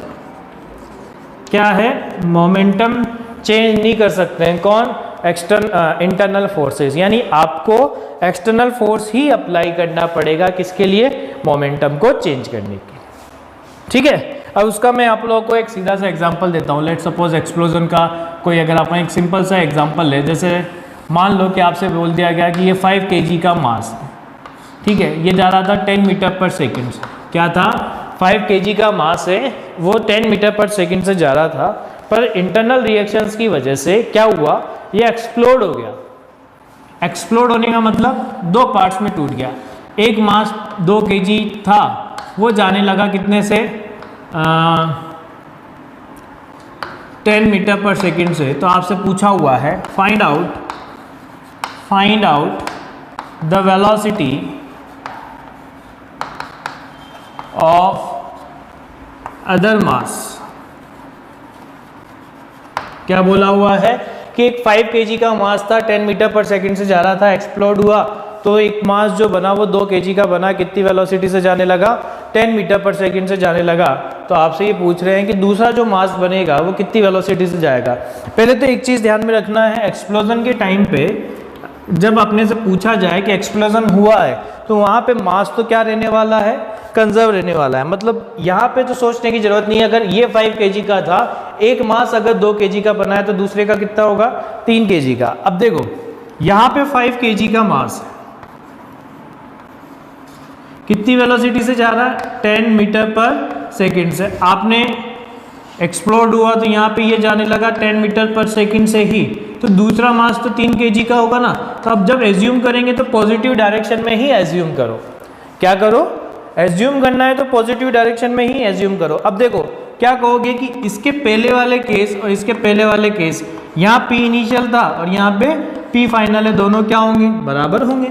तो बराबर होंगे तो कैसे कि initial momentum था 5 kg और velocity थी 10, यहाँ आ जाएगा 2 और यहाँ हो गया 10 प्लस 3 इंटू V1, तो कितना आ जाएगा, यह है 50 माइनस 20 यानी 30 इज इक्वल टू 3V1। तो V1 की वैल्यू कितनी आ गई, 10 मीटर पर सेकेंड। अब देखो पॉजिटिव आई ना, इसका मतलब the value you assume and the direction you assumed is correct. अगर यहाँ पे नेगेटिव आता तो इसका मतलब आपने जो डायरेक्शन मानी है वो रॉन्ग है। ठीक है, तो एक बार आप सभी इस को ये जो मैंने क्वेश्चंस कराए इनको देखें। ठीक है, फिर अपन आगे बढ़ते हैं।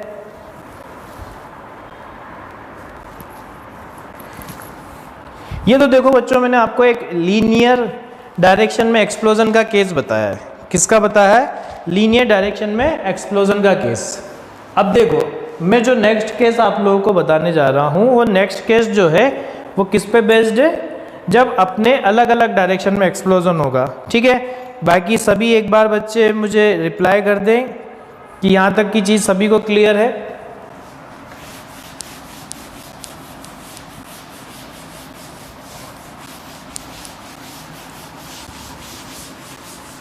आज का लेक्चर थोड़ा लंबा रहेगा बच्चों, क्योंकि अपने लास्ट वाला लेक्चर जो था वो किसी रीज़न से नहीं हो पाया था।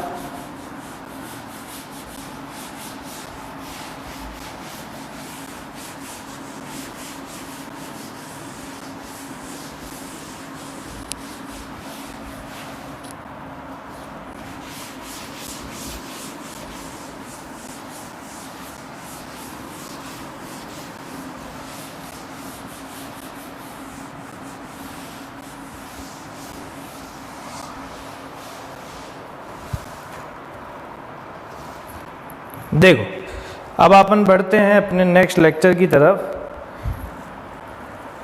ठीक है, नेक्स्ट लेक्चर के अंदर क्या है, मान लो नेक्स्ट क्वेश्चन के अंदर क्या है, हमें दे दिया कि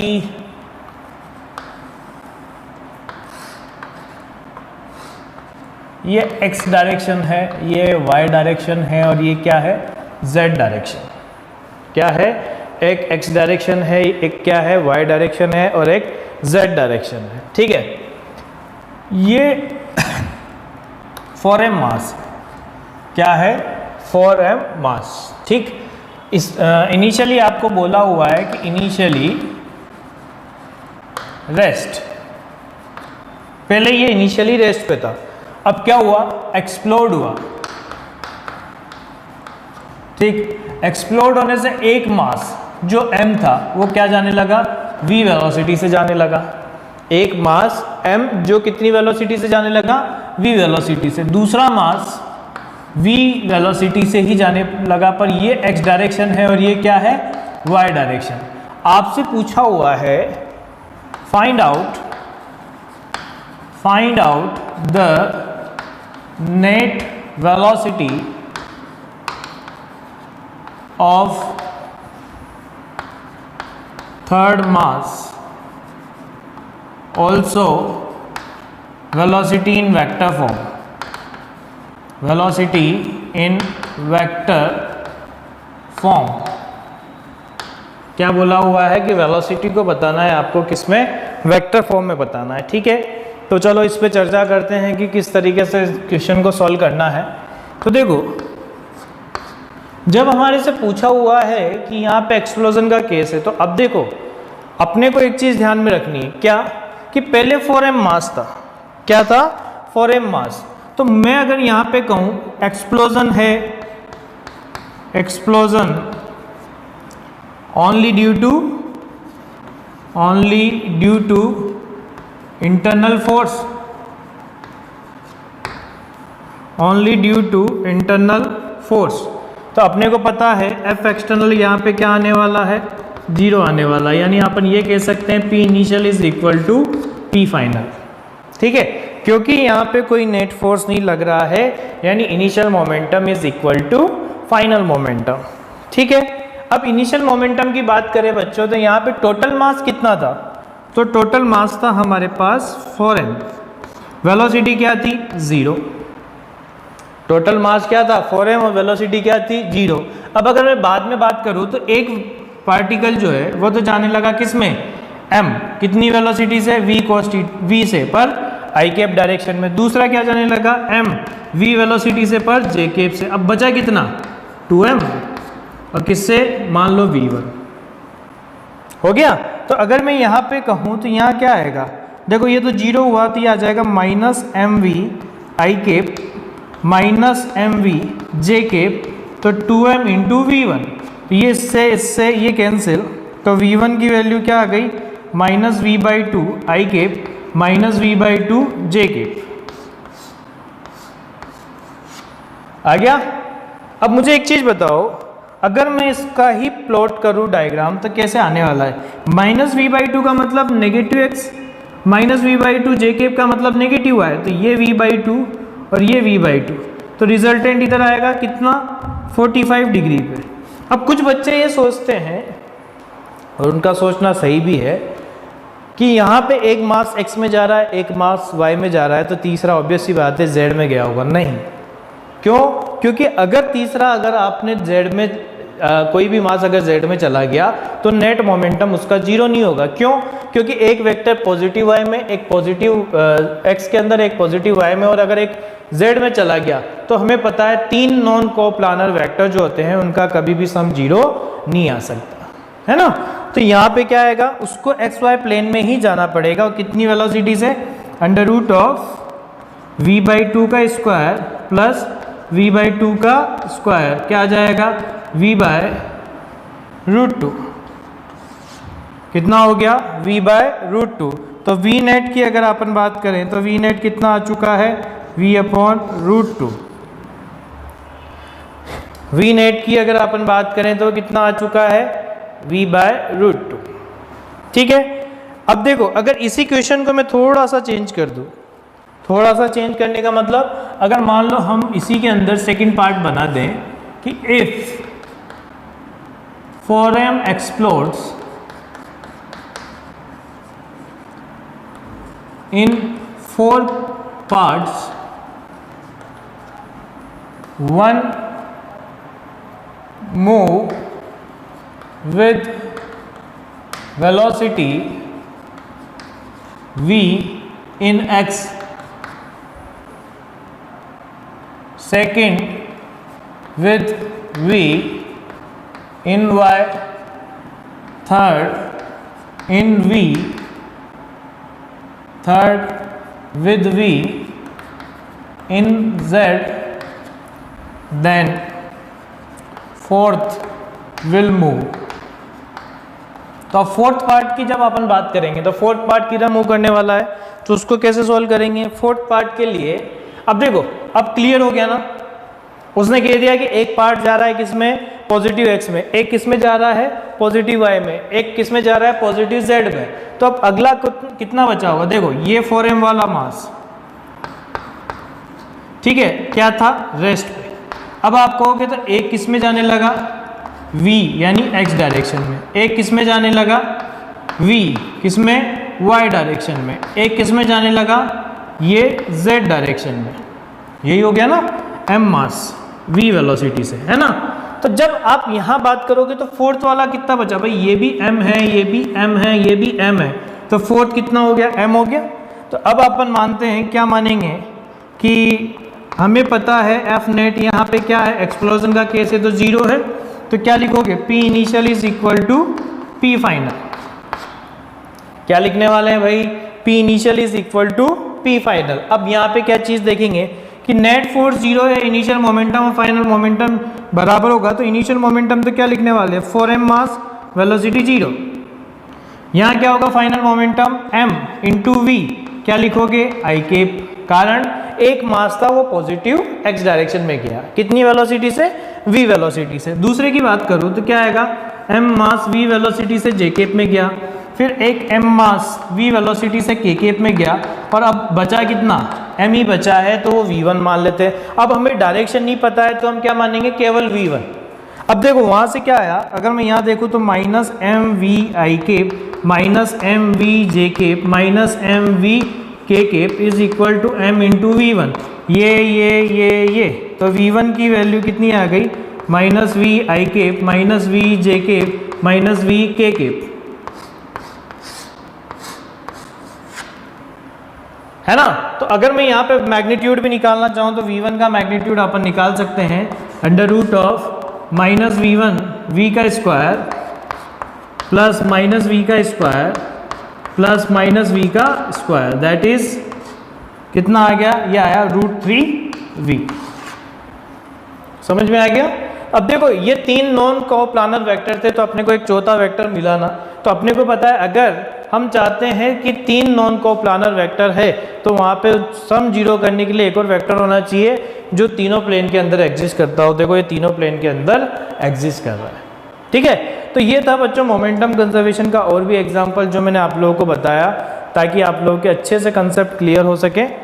अब अपन देखेंगे कि किस तरीके से मोमेंटम कंजर्वेशन और एनर्जी कंजर्वेशन की हेल्प से अपन वहाँ पे वेलोसिटीज़ की कैलकुलेशन कर सकते हैं।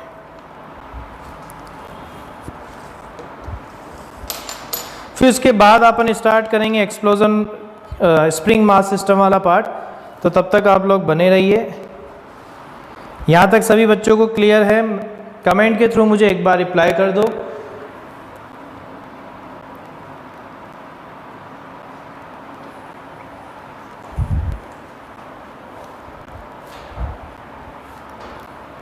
ओके, चलो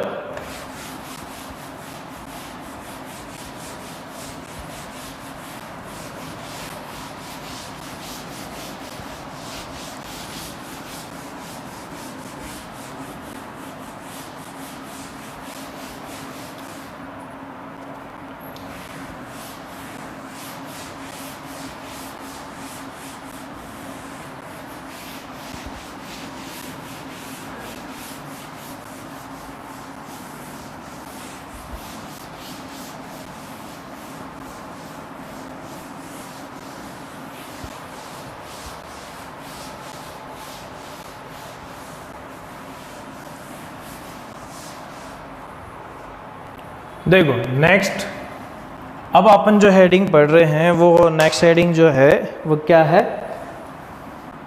calculation of velocity by energy conservation. Energy conservation हम अब जो नेक्स्ट हेडिंग देख रहे हैं उसके अंदर हम क्या लगाने वाले हैं, एनर्जी कंजर्वेशन लगाने वाले हैं। पर एनर्जी कंजर्वेशन के साथ साथ हम क्या अप्लाई करेंगे, हम वेलोसिटी के लिए मोमेंटम कंजर्वेशन भी अप्लाई करेंगे, ताकि अपन वहाँ पे उसका रिलेशन निकाल सके। चलो अगर अपन बात करें, लेट सपोज कि ये एक वेज है, क्या है, वेज, जिसका एंगल कितना है, थीटा। ये हाइट आपको दे रखी है कैपिटल H, ठीक है। आपसे बोला हुआ है ये कैपिटल M मास का है, और ये कैपिटल M की वैल्यू 4m है, ठीक। आपसे बोला हुआ है ये भी क्या है, स्मूथ है, ठीक, और ये भी क्या है, स्मूथ, है ना। और आपसे ये बोला हुआ है वेज, इज मूवेबल। क्या बोला हुआ है? वेज जो है वो क्या है? मूवेबल है। ठीक, आपसे क्या बोला है? m mass is released from h height as shown. क्या बोला हुआ है कि m मास जो है उसको आपने रिलीज किया है कहाँ से? h हाइट से। ठीक है, अब ये रिलीज करेंगे तो होगा क्या? आपसे पूछा हुआ है find velocity of block and wedge. क्या बोला हुआ है? जो वेज है उसकी वेलोसिटी आपको बतानी है, साथ के साथ ब्लॉक की वेलोसिटी भी बतानी है। यहां तक क्लियर है?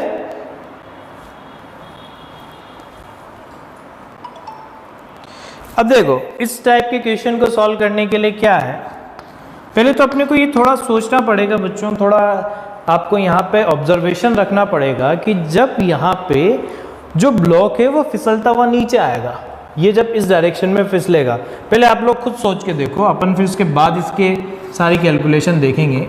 जैसे ये वेज है,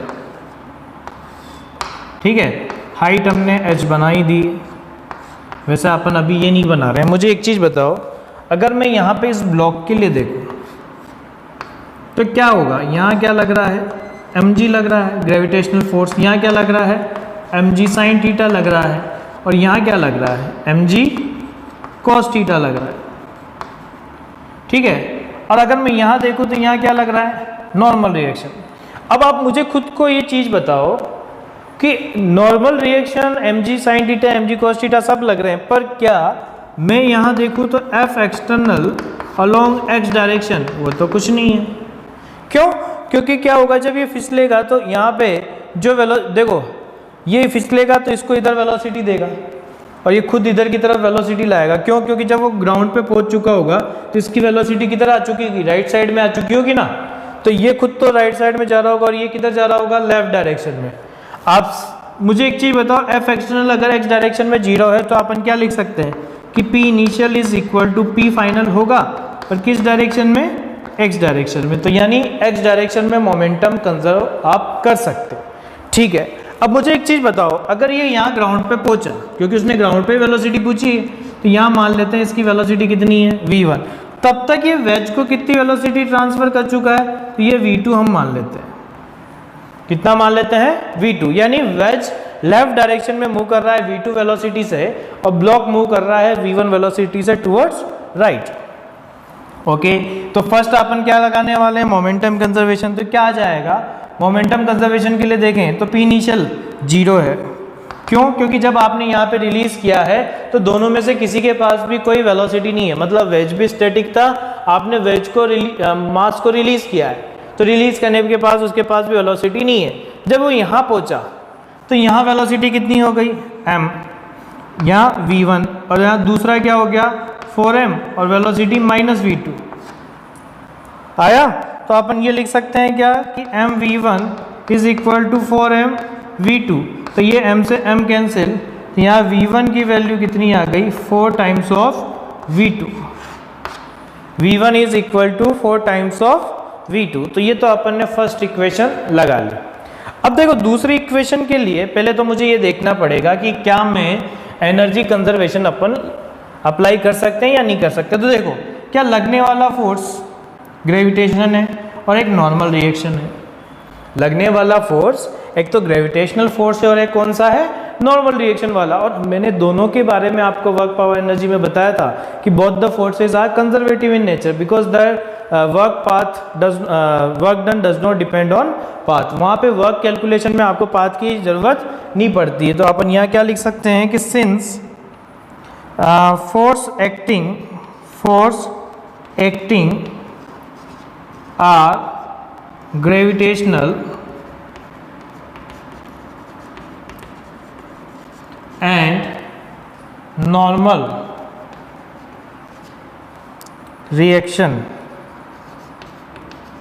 and both are conservative in nature. क्या है, दोनों के दोनों जो होते हैं वो क्या होते हैं, कंजर्वेटिव नेचर के होते हैं। और जब कंजर्वेटिव नेचर के होते हैं तो मुझे एक चीज़ बताइए, क्या एनर्जी कंजर्वेशन लगा सकते हैं? यानी अपन ये लिख सकते हैं mechanical energy initial is equal to mechanical energy final, है ना। यानी टोटल मैकेनिकल एनर्जी यहाँ पे क्या देने वाली है, कंजर्व। अब उसके पहले एनर्जी कंजर्वेशन लगाने के लिए मुझे कहीं ना कहीं पोटेंशियल एनर्जी आएगी, और मुझे पता है we can not calculate potential energy unless we don't have a reference point. जब तक हमारे पास कोई रेफरेंस पॉइंट नहीं है हम वहाँ पे पोटेंशियल एनर्जी अप्लाई नहीं कर सकते। तो यहाँ मुझे एक चीज़ बताओ, अगर मैंने ये जो ग्राउंड लेवल है इसको मैंने मान लिया P इज इक्वल टू 0, और मुझे एक चीज़ पता है वेज जो है, wedge only have horizontal motion, horizontal motion. Wedge का यहाँ पे जो मोशन है वो कैसा है, हॉरिजॉन्टल है। और जब हॉरिजॉन्टल मोशन है तो फिर क्या होगा, यह आया K initial plus P initial is equal to K final plus P final. Initial kinetic energy 0 क्योंकि रिलीज किया है, इनिशियल काइनेटिक एनर्जी 0 क्योंकि रिलीज किया है। पोटेंशियल एनर्जी की बात करें तो क्या जाएगा, mg और यहाँ पे कितना, कैपिटल H, mg और यहाँ पे कितना, कैपिटल H। फाइनल क्या हो जाएगा, यह आया half m v1 square plus half 4m into v2 square plus potential energy क्या हो गई, 0 हो गई क्योंकि ग्राउंड पे पहुंच गया ना ये। तो अब मुझे बताओ यहाँ पे क्या यूज कर सकते हैं, mgh is equal to half, क्या v1 की वैल्यू हमें 4 टाइम्स ऑफ v2 पता है, तो अपन यहाँ लिखेंगे तो क्या आएगा m इंटू 4v2 का square plus half 4m into v2 square. ठीक है, ये आया 16 डिवाइड बाई 2 करोगे तो 8, ये डिवाइड बाई 2 करोगे तो 2, तो अपन ऐसे लिख सकते हैं mgh is equal to 10 m v2 square. तो ये इससे कैंसिल हो गया, v2 की जो वैल्यू यहाँ पे निकल के आई वो आ गई gh अपॉन 10। क्या निकल के आ गई, gh अपॉन 10। ऐसे ही मुझे बताओ, अगर मैं कहूँ वेलोसिटी ऑफ ब्लॉक, तो ब्लॉक की वेलोसिटी क्या आने वाली है, v1 is equal to 4 times of v2 है, तो 4 under root of gh by 10, जिसको अपन ऐसे भी लिख सकते हैं under root of 16 gh by 10, यानी under root of 8 gh by 5। कितना आ जाएगा, under root of 8 gh upon 5। ये हमारी वेलोसिटी निकल के आई किसकी, ब्लॉक की। ठीक है, तो ये तरीका है जब अपने को एनर्जी कंजर्वेशन लगाना होगा और सॉल्व करना होगा तब। ठीक है, अब इसी की तरीके से मैं आप लोगों को एक और क्वेश्चन कराता हूँ जिसमें ऐसे ही कुछ कैलकुलेशन करनी है। मान लो हमें कुछ ऐसा क्वेश्चन दे दिया गया कि ये एक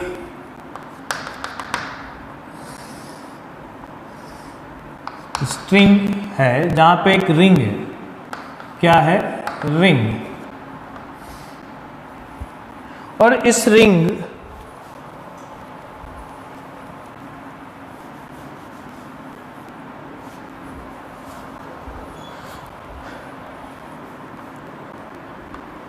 से जुड़ा हुआ है एक मास जिसका है 2m और ये कितना है, m। ये लेंथ जो हमें दे रखी है वो कितनी है, l। आपको बोला हुआ है इनिशियली ब्लॉक हेल्ड हॉरिजॉन्टल, आपने ब्लॉक को जो है वो हॉरिजॉन्टल होल्ड कर रखा है। आपसे पूछा हुआ है when block released and string become vertical, block को आपने रिलीज कर दिया और स्ट्रिंग वर्टिकल हो चुकी है।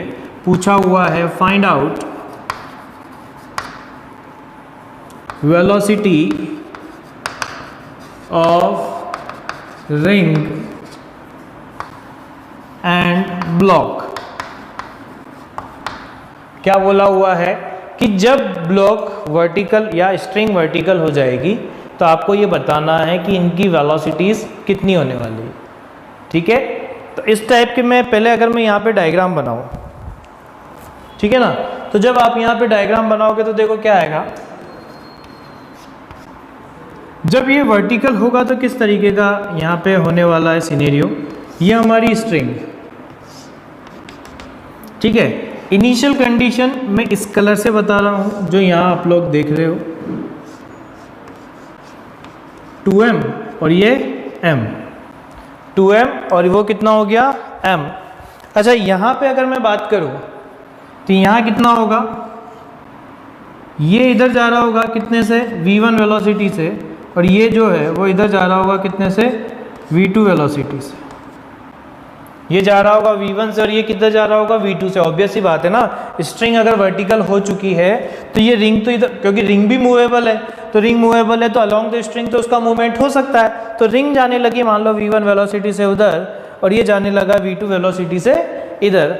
अगर मैं यहाँ पे कहूँ, देखो टेंशन लगेगा ऊपर, 2 mg लगेगा नीचे, है ना, कि ये वर्टिकल होगा तो ये स्ट्रिंग की लेंथ तो L ही रहनी है। अब अगर मैं यहाँ पे कहूँ, जैसे ही मैंने इसको छोड़ा, आप लोग ऐसे समझना, जैसे ही मैंने इसको छोड़ा, छोड़ते ही किधर आ जाएगा, नीचे की तरफ आएगा। और इसका एक सीधा सा एग्जांपल मैं आपको बताऊँ, ये ऐसी कंडीशन में बच्चों, जैसे मान लो मैंने इस चौक को होल्ड कर रखा है, यहाँ से हिंज कर रखा है,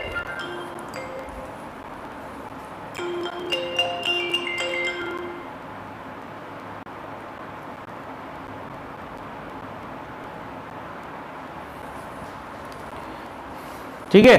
तो ये चौक को मैंने ऐसे हेल्ड कर रखा है, यहाँ से हिंज। अब जैसे यहाँ पे छोड़ूंगा तो ये कैसे आ जाएगा, आया ना नीचे, तो आएगा तो इस पे झटका किधर लगेगा, इधर की तरफ जाने का। तो यहाँ क्या है, हमने देखा कि हॉरिजॉन्टल डायरेक्शन में कोई फोर्स है ही नहीं, F external along horizontal direction क्या है, 0। यानी अपन क्या लिख सकते हैं, P initial is equal to P final, किस डायरेक्शन में, X डायरेक्शन में। ठीक है। अब मैं आप लोग को within the video 2-3 minute का टाइम दे रहा हूँ बच्चों, आप लोग इसको अब सॉल्व करने की कोशिश करो कि किस तरीके से हमारे को मोमेंटम कंजर्वेशन और वेलोसिटी कैलकुलेशन के लिए एनर्जी कंजर्वेशन लगाना है। एक बार आप लोग इसको सॉल्व करके देखें।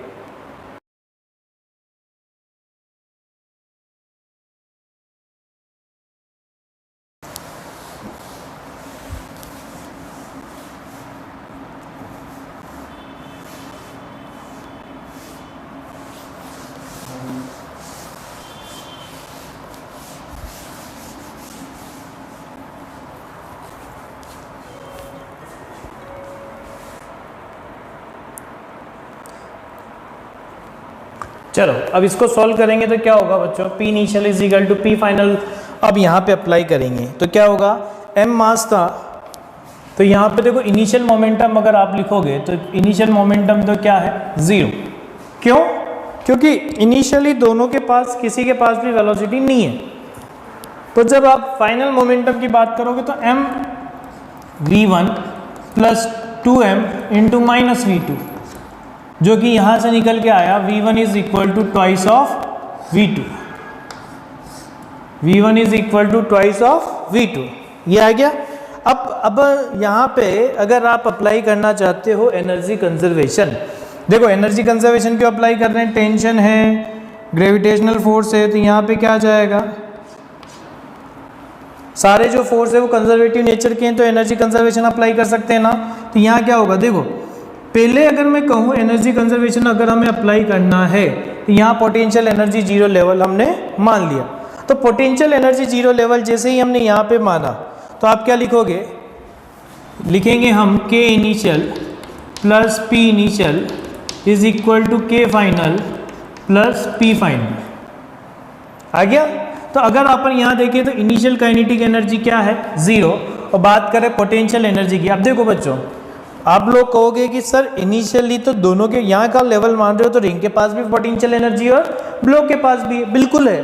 पर आप मुझे एक चीज़ बताओ, रिंग जो है वो हॉरिजॉन्टली मूव कर रही है, तो जब फाइनली मैं बात करूँगा तो फाइनल कंडीशन में जब ब्लॉक यहाँ पहुंच चुका है तब भी रिंग के पास पोटेंशियल एनर्जी है और उतने ही अमाउंट की है। मतलब रिंग के मोशन हॉरिजॉन्टल होने की वजह से अपन अगर उसकी पोटेंशियल एनर्जी को ना भी लिखते हैं तो भी चलेगा, क्योंकि जो इनिशियल पोटेंशियल एनर्जी आने वाली है वही फाइनल आएगी। देखो आप, मैं लिख के बता देता हूँ, इनिशियल पोटेंशियल एनर्जी mgl यही होगा। फाइनल जब मैं लिखूंगा तो क्या आएगा, हाफ एम, सॉरी ब्लॉक के पास भी पोटेंशियल एनर्जी है तो वहाँ ब्लॉक की पोटेंशियल एनर्जी लिखेंगे तो क्या आएगा, plus 2mgl। Final kinetic energy की बात करें तो half M v1 square plus half 2m into v2 square plus 0, ये किसकी, ब्लॉक की, और यहाँ पे mgl किसकी, रिंग की। अब मुझे बताओ रिंग की ये जो दोनों पोटेंशियल एनर्जी वो आपस में क्या हो जाएगी, कैंसिल, तो ये आ गया 2mgl is equal to half m 4v2 square plus half 2m into v2 square. तो यहाँ से आ गया 2mgl is equal to 3m v2 square. यहाँ से v2 की वैल्यू जो आ गई वो under root of 2gl upon 3, और यहाँ पे v1 की अगर मैं बात करूँ तो v1 कितना आ जाएगा, ट्वाइस, ये आ जाएगा under root of 8gl upon 3। तो आप लोग देख सकते हो कि यहाँ पे ये क्वेश्चन भले ही आप लोगों को लगते हैं कि कैलकुलेशन में थोड़े ज़्यादा लेंदी है, पर यहाँ पे ये इजी है। आप लोग ऐसे ही क्वेश्चन को ट्राई कर सकते हो। जैसा क्वेश्चन मैं आप लोगों को एक और दे रहा हूँ, आप लोग होमवर्क में इसको ट्राई करके देखना कि ये एक 3m मास का वेज है जिसकी रेडियस जो है वो कैपिटल R है, ठीक है। ये एक स्फेयर है जिसका मास m, रेडियस कितनी है, R। ये A पोजीशन है और ये क्या है, B। बोला है sphere is released from A position, find velocity of both when it reaches to B position। B position पे जब ये आने वाला है तो आपको इसकी वेलोसिटी बतानी है। यहाँ क्या है, स्मूथ, और यहाँ पे क्या है, स्मूथ, और वेज जो है वो मूवेबल है, वो अपने को ध्यान में रखना है। सेम इसी तरीके का क्वेश्चन है, बस थोड़ा सा अपने को ध्यान में रखना है कि इसकी रेडियस भी अपने को कंसीडर करके चलनी है, और हमेशा potential energy centre of mass से लिखी जाती है, उसका अपने को ध्यान में रखना है, ठीक है। अब देखो, अब जो अपन क्वेश्चन करने जा रहे हैं बच्चों वो थोड़ा एडवांस लेवल के हैं। एडवांस लेवल के इन द सेंस आप ऐसे समझ लो कि उस क्वेश्चन में आप लोगों के बहुत सारे कंसेप्ट क्लियर हो जाएंगे, बट उसके पहले अपने को ये सारी इक्वेशंस क्लियर करनी है। ऐसा नहीं होना चाहिए कि आप लोग इन क्वेश्चन में थोड़े भी डाउट रखो, क्योंकि देखो वो वाला जो क्वेश्चन होगा उसके अंदर कुछ हम ऐसी चीज़ करेंगे जिसमें 2-3 बार मोमेंटम कंजर्वेशन लग सकता है। जैसे अब देखो, अब जो अपन क्वेश्चन करने जा रहे हैं उस क्वेश्चन के अंदर क्या है, मान लो आपसे ये बोल दिया गया कि ये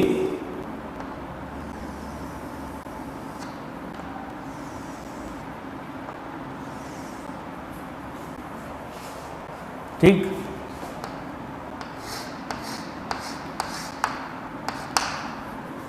क्या बोला हुआ है यहाँ पे कि ये एक कैपिटल M है जिसकी वैल्यू 4m स्मॉल m ले सकते हो, ये भी कैपिटल M है। यहाँ पे m मास है, हाइट आपको दे रखी है h, इसकी भी हाइट कितनी दे रखी है h, ठीक है। आपसे बोला हुआ है ब्लॉक, क्वेश्चन को समझिएगा, block is released from given position, क्या बोला है, ब्लॉक को आपने रिलीज किया है कहां से, गिवन पोजीशन से, when it reaches to second wedge, find out the maximum height attained by block। क्या बोला हुआ है, ब्लॉक के थ्रू जो मैक्सिमम हाइट अटेंड होने वाली है वो आपको यहाँ पे कैलकुलेट करके बतानी है, ठीक है। अब देखो यहाँ पे ये अच्छा क्वेश्चन मैं क्यों बोल रहा हूँ, क्योंकि इसने एक अच्छी सी टर्म यहाँ पे यूज करी है, मैक्सिमम हाइट अटेंड। क्या बोला हुआ है, मैक्सिमम हाइट अटेंड। अब मैक्सिमम हाइट अटेंड का मतलब क्या है कि जब ये सेकंड ब्लॉक पे पहुंचेगा, सेकंड वेज पे जब यहाँ पे ये पहुंचने वाला है, देखो होगा क्या, सॉल्व करने जाएंगे तो देखो पहले एक एक करके फिनोमिना अपन देखते हैं। देखो ये फिसलेगा, अच्छा आपसे ये बोला हुआ है ये और ये दोनों क्या है, मूवेबल है, ये दोनों क्या है, मूवेबल है। अब अगर ये मूवेबल है तो अगर अपन बात करें, पहले हम पहुंचाते हैं इसको कहाँ पे, बी पे। पहले हम क्या देख रहे हैं कि ए से बी तक के फिनोमिना में क्या चेंज होने वाले है ना। तो देखो ये ठीक, ये ब्लॉक यहाँ पे था m, और जब यहाँ पहुँचेगा m तो इसको और इसको दोनों को क्या हो चुका होगा, वेलोसिटी मिल चुकी होगी। तो पहले अपन क्या करते हैं, वेलोसिटी निकालते हैं। देखो ये एडवांस क्यों है आप लोगों को अभी पता लग जाएगा इसके अंदर। जब ये यहाँ पे पहुँचा तो मान लो इसकी वेलोसिटी है कितनी, v1, और इसकी कितनी हो गई, v2। इसका मास हमें 4m दे रखा है, क्योंकि ये यहाँ से रिलीज किया है, इस जगह पे ये क्या है, रिलीज्ड होने का मतलब इनिशियल वेलोसिटी क्या है, 0। तो दोनों के पास इनिशियल वेलोसिटी 0 रही होगी। अब यहाँ पे पोटेंशियल एनर्जी हमने 0 मान ली, क्यों, क्योंकि हमारे को वेलोसिटी की कैलकुलेशन करनी है। अब देखो वेलोसिटी की कैलकुलेशन करनी है तो कैसे करेंगे, अगर वापस से आप यहाँ पे देखो तो initially F external along horizontal direction 0, तो यहाँ क्या आएगा, F external along X direction क्या है, 0। रीजन उसके पीछे, all the forces are acting along the Y direction not in X direction. तो आप यहाँ कह सकते हो कि केवल ग्रेविटेशनल फोर्स या नॉर्मल रिएक्शन या एम जी साइन थीटा या एम जी कोस थीटा, ये जो भी एम जी के कंपोनेंट है वो सब किस में लग रहे हैं, अलोंग द इंक्लाइन प्लेन या फिर परपेंडिकुलर टू इंक्लाइन प्लेन, पर हॉरिजॉन्टल डायरेक्शन में नहीं है। तो अपन यहाँ क्या देखेंगे, P initial is equal to P final. देखो ये बहुत अच्छा क्वेश्चन है, लास्ट तक बने रहना, ठीक है। तो इनिशियल ये आ गया। अब आप क्या लिखोगे, क्या आएगा, इनिशियल मोमेंटम तो 0 था, फाइनल क्या होगा, mv1 माइनस 4mv2। तो यहाँ से v1 is equal to 4 times of v2। क्या आ चुका है, v1 is equal to 4 times of v2, ये आपने निकाल लिया। अब अपन आगे बढ़ते हैं, ठीक है। अब मुझे क्या अप्लाई करना चाहिए, तो हमने ये चीज़ देखी थी कि अगर आप यहाँ पे कैलकुलेशन करना चाहते हो वेलोसिटी की, तो आप क्या लिखोगे, ऑल फोर्सेस आर कंजर्वेटिव। तो यहाँ पे k initial plus p initial is equal to k final plus p final, यहाँ अप्लाई करेंगे। अब इनिशियल काइनेटिक एनर्जी की बात करो, रिलीज किया है तो क्या होगा, 0 होगा भाई, ठीक है, दोनों की, क्योंकि वेज का तो मूवमेंट हॉरिजॉन्टल डायरेक्शन में है ना। अब अगर अपन बात करें पोटेंशियल एनर्जी की, तो पहले ब्लॉक के पास है कितनी, mgh। फाइनल क्या लिखोगे, half mv1 square plus half 4m into v2 square plus potential energy क्या हो गई, 0 हो चुकी है। तो यहाँ पे अगर अपन बात करें तो ये आ जाएगा mgh is equal to half m, क्या आ जाएगा, 16 v2 square plus half 4m into v2 square. तो देखो ये आ गया 20, तो ये 10 आ जाएगा, तो यहाँ आ गया mgh is equal to 10 mv2 square, m से m कैंसिल हो गया, तो v2 की जो वैल्यू यहाँ आ चुकी है वो आ रही है gh अपॉन 10। आ गया। वैसे मैंने इसको सॉल्व करा दिया था, मैं इसलिए बता रहा हूँ। ये v1 भी हमारे पास आ गया है अंडर रूट ऑफ 8gf/gh/5, ये मैंने आप लोगों को बता दिया था, यहाँ 5 आएगा। तो ये तो वो सीनरी हो चुका है, मतलब हमने ब्लॉक को कहाँ पहुँचा दिया है, बी पोजीशन पे, इस जगह पे, है ना। अब क्या होगा, देखो अब क्या होगा, ये जो ब्लॉक है वो किस पे चढ़ना स्टार्ट करेगा, ये स्मूथ ही लेना, मतलब आप ऐसे मत लेना कि एकदम से किंग आ जाए, तो यहाँ नहीं तो कॉलिजन के चांसेस होते हैं। वैसे तो क्वेश्चन ने ऐसा कुछ दिया नहीं है, पर अपन यही लेंगे कि एक स्मूथ सरफेस टाइप ही हो। देखो ये ब्लॉक हो गया, ये ऐसे चढ़ना स्टार्ट करता है ना। अब दोनों वेज है, ये भी कितने का, 4m का, ठीक। तो ये चढ़ना स्टार्ट होता है ऐसे, कितनी वेलोसिटी लेके चढ़ेगा भाई, v1 माना था, तो यहाँ v1 वेलोसिटी से चढ़ेगा, मास कितना है 4m।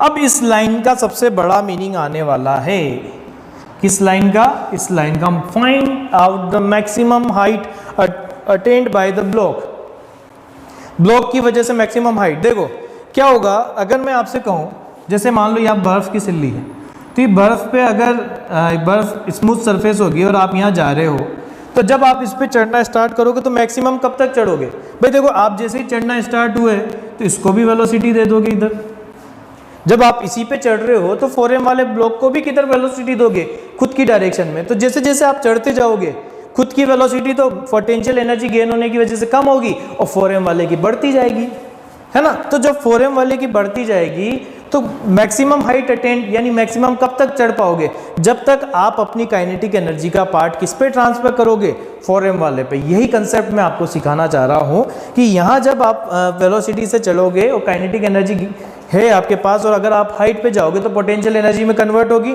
साथ के साथ कुछ पार्ट अपन किसको देते जा रहे हैं, ये 4m वाले ब्लॉक को। कब तक देंगे, जब तक कि दोनों के पास क्या नहीं आ जाती, कॉमन वेलोसिटी। मतलब जब ये वाली चीज़ आएगी कि ये m ब्लॉक और ये 4m ब्लॉक ये v वेलोसिटी से यहाँ पहुँच चुके हैं, मतलब दोनों के पास जब कॉमन वेलोसिटी आ जाएगी तब तक ही हाइट अटेंड हो पाएगी, उसके बाद हाइट अटेंड होना बंद हो जाएगी। यही कंसेप्ट होता है मैक्सिमम हाइट वाले क्वेश्चंस को सॉल्व करने का। तो अब आप क्या लगाओगे कि b से लेके c तक मैं मोमेंटम कंजर्वेशन लगाऊंगा, तो क्या लिखोगे, p initial is equal to p final, तो इनिशियल मोमेंटम तो m इंटू v1, और यहाँ क्या लिखोगे final 4m v plus m into V, तो यहाँ क्या आ जाएगा, v की वैल्यू v1/5, क्या आ जाएगा, v is equal to v1/5, ये आ गया। अब देखो इसको मैं थोड़ा सा इधर की तरफ सॉल्व कर रहा हूँ, इसको कंप्लीट सॉल्व करेंगे तो कैसे,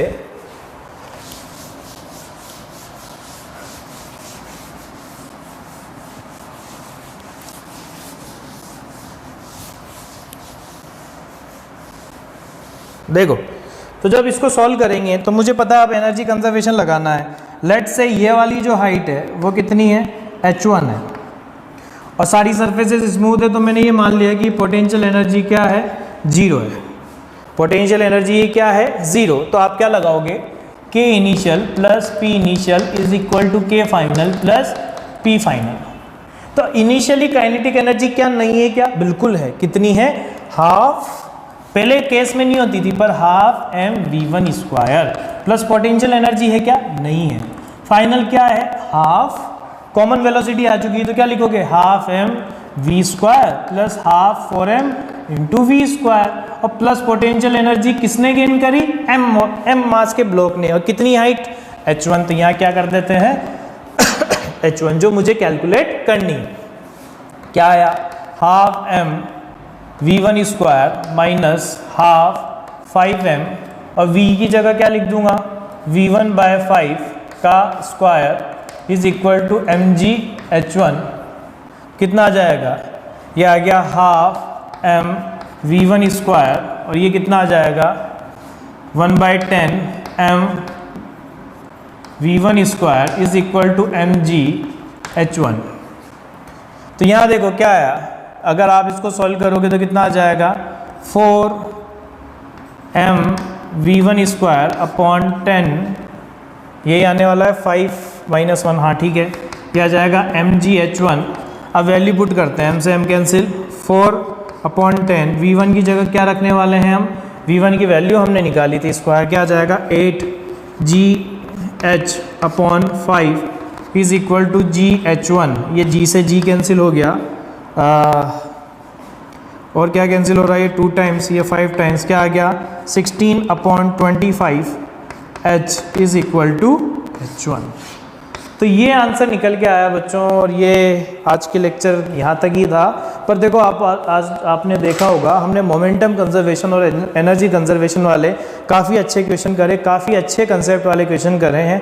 फर्स्ट वाले में अपन ने देखा कि किस तरीके से मोमेंटम कंजर्वेशन अप्लाई करना है, और फिर अपन ने देखा कि किस तरीके से एनर्जी कंजर्वेशन अप्लाई करके हम वेलोसिटी की कैलकुलेशन करेंगे। अब देखो नेक्स्ट लेक्चर जो होगा उसमें अपन स्प्रिंग मास सिस्टम देखने वाले हैं कि जब स्प्रिंग मास सिस्टम के क्वेश्चन होंगे तो उसको सेंटर ऑफ मास के कंसेप्ट से कितना इजी बनाया जा सकता है। ठीक है, तो होपफुली आप लोगों को आज का लेक्चर में मज़ा आया होगा। ठीक है, नेक्स्ट लेक्चर जो होगा वो स्प्रिंग मास सिस्टम का होगा।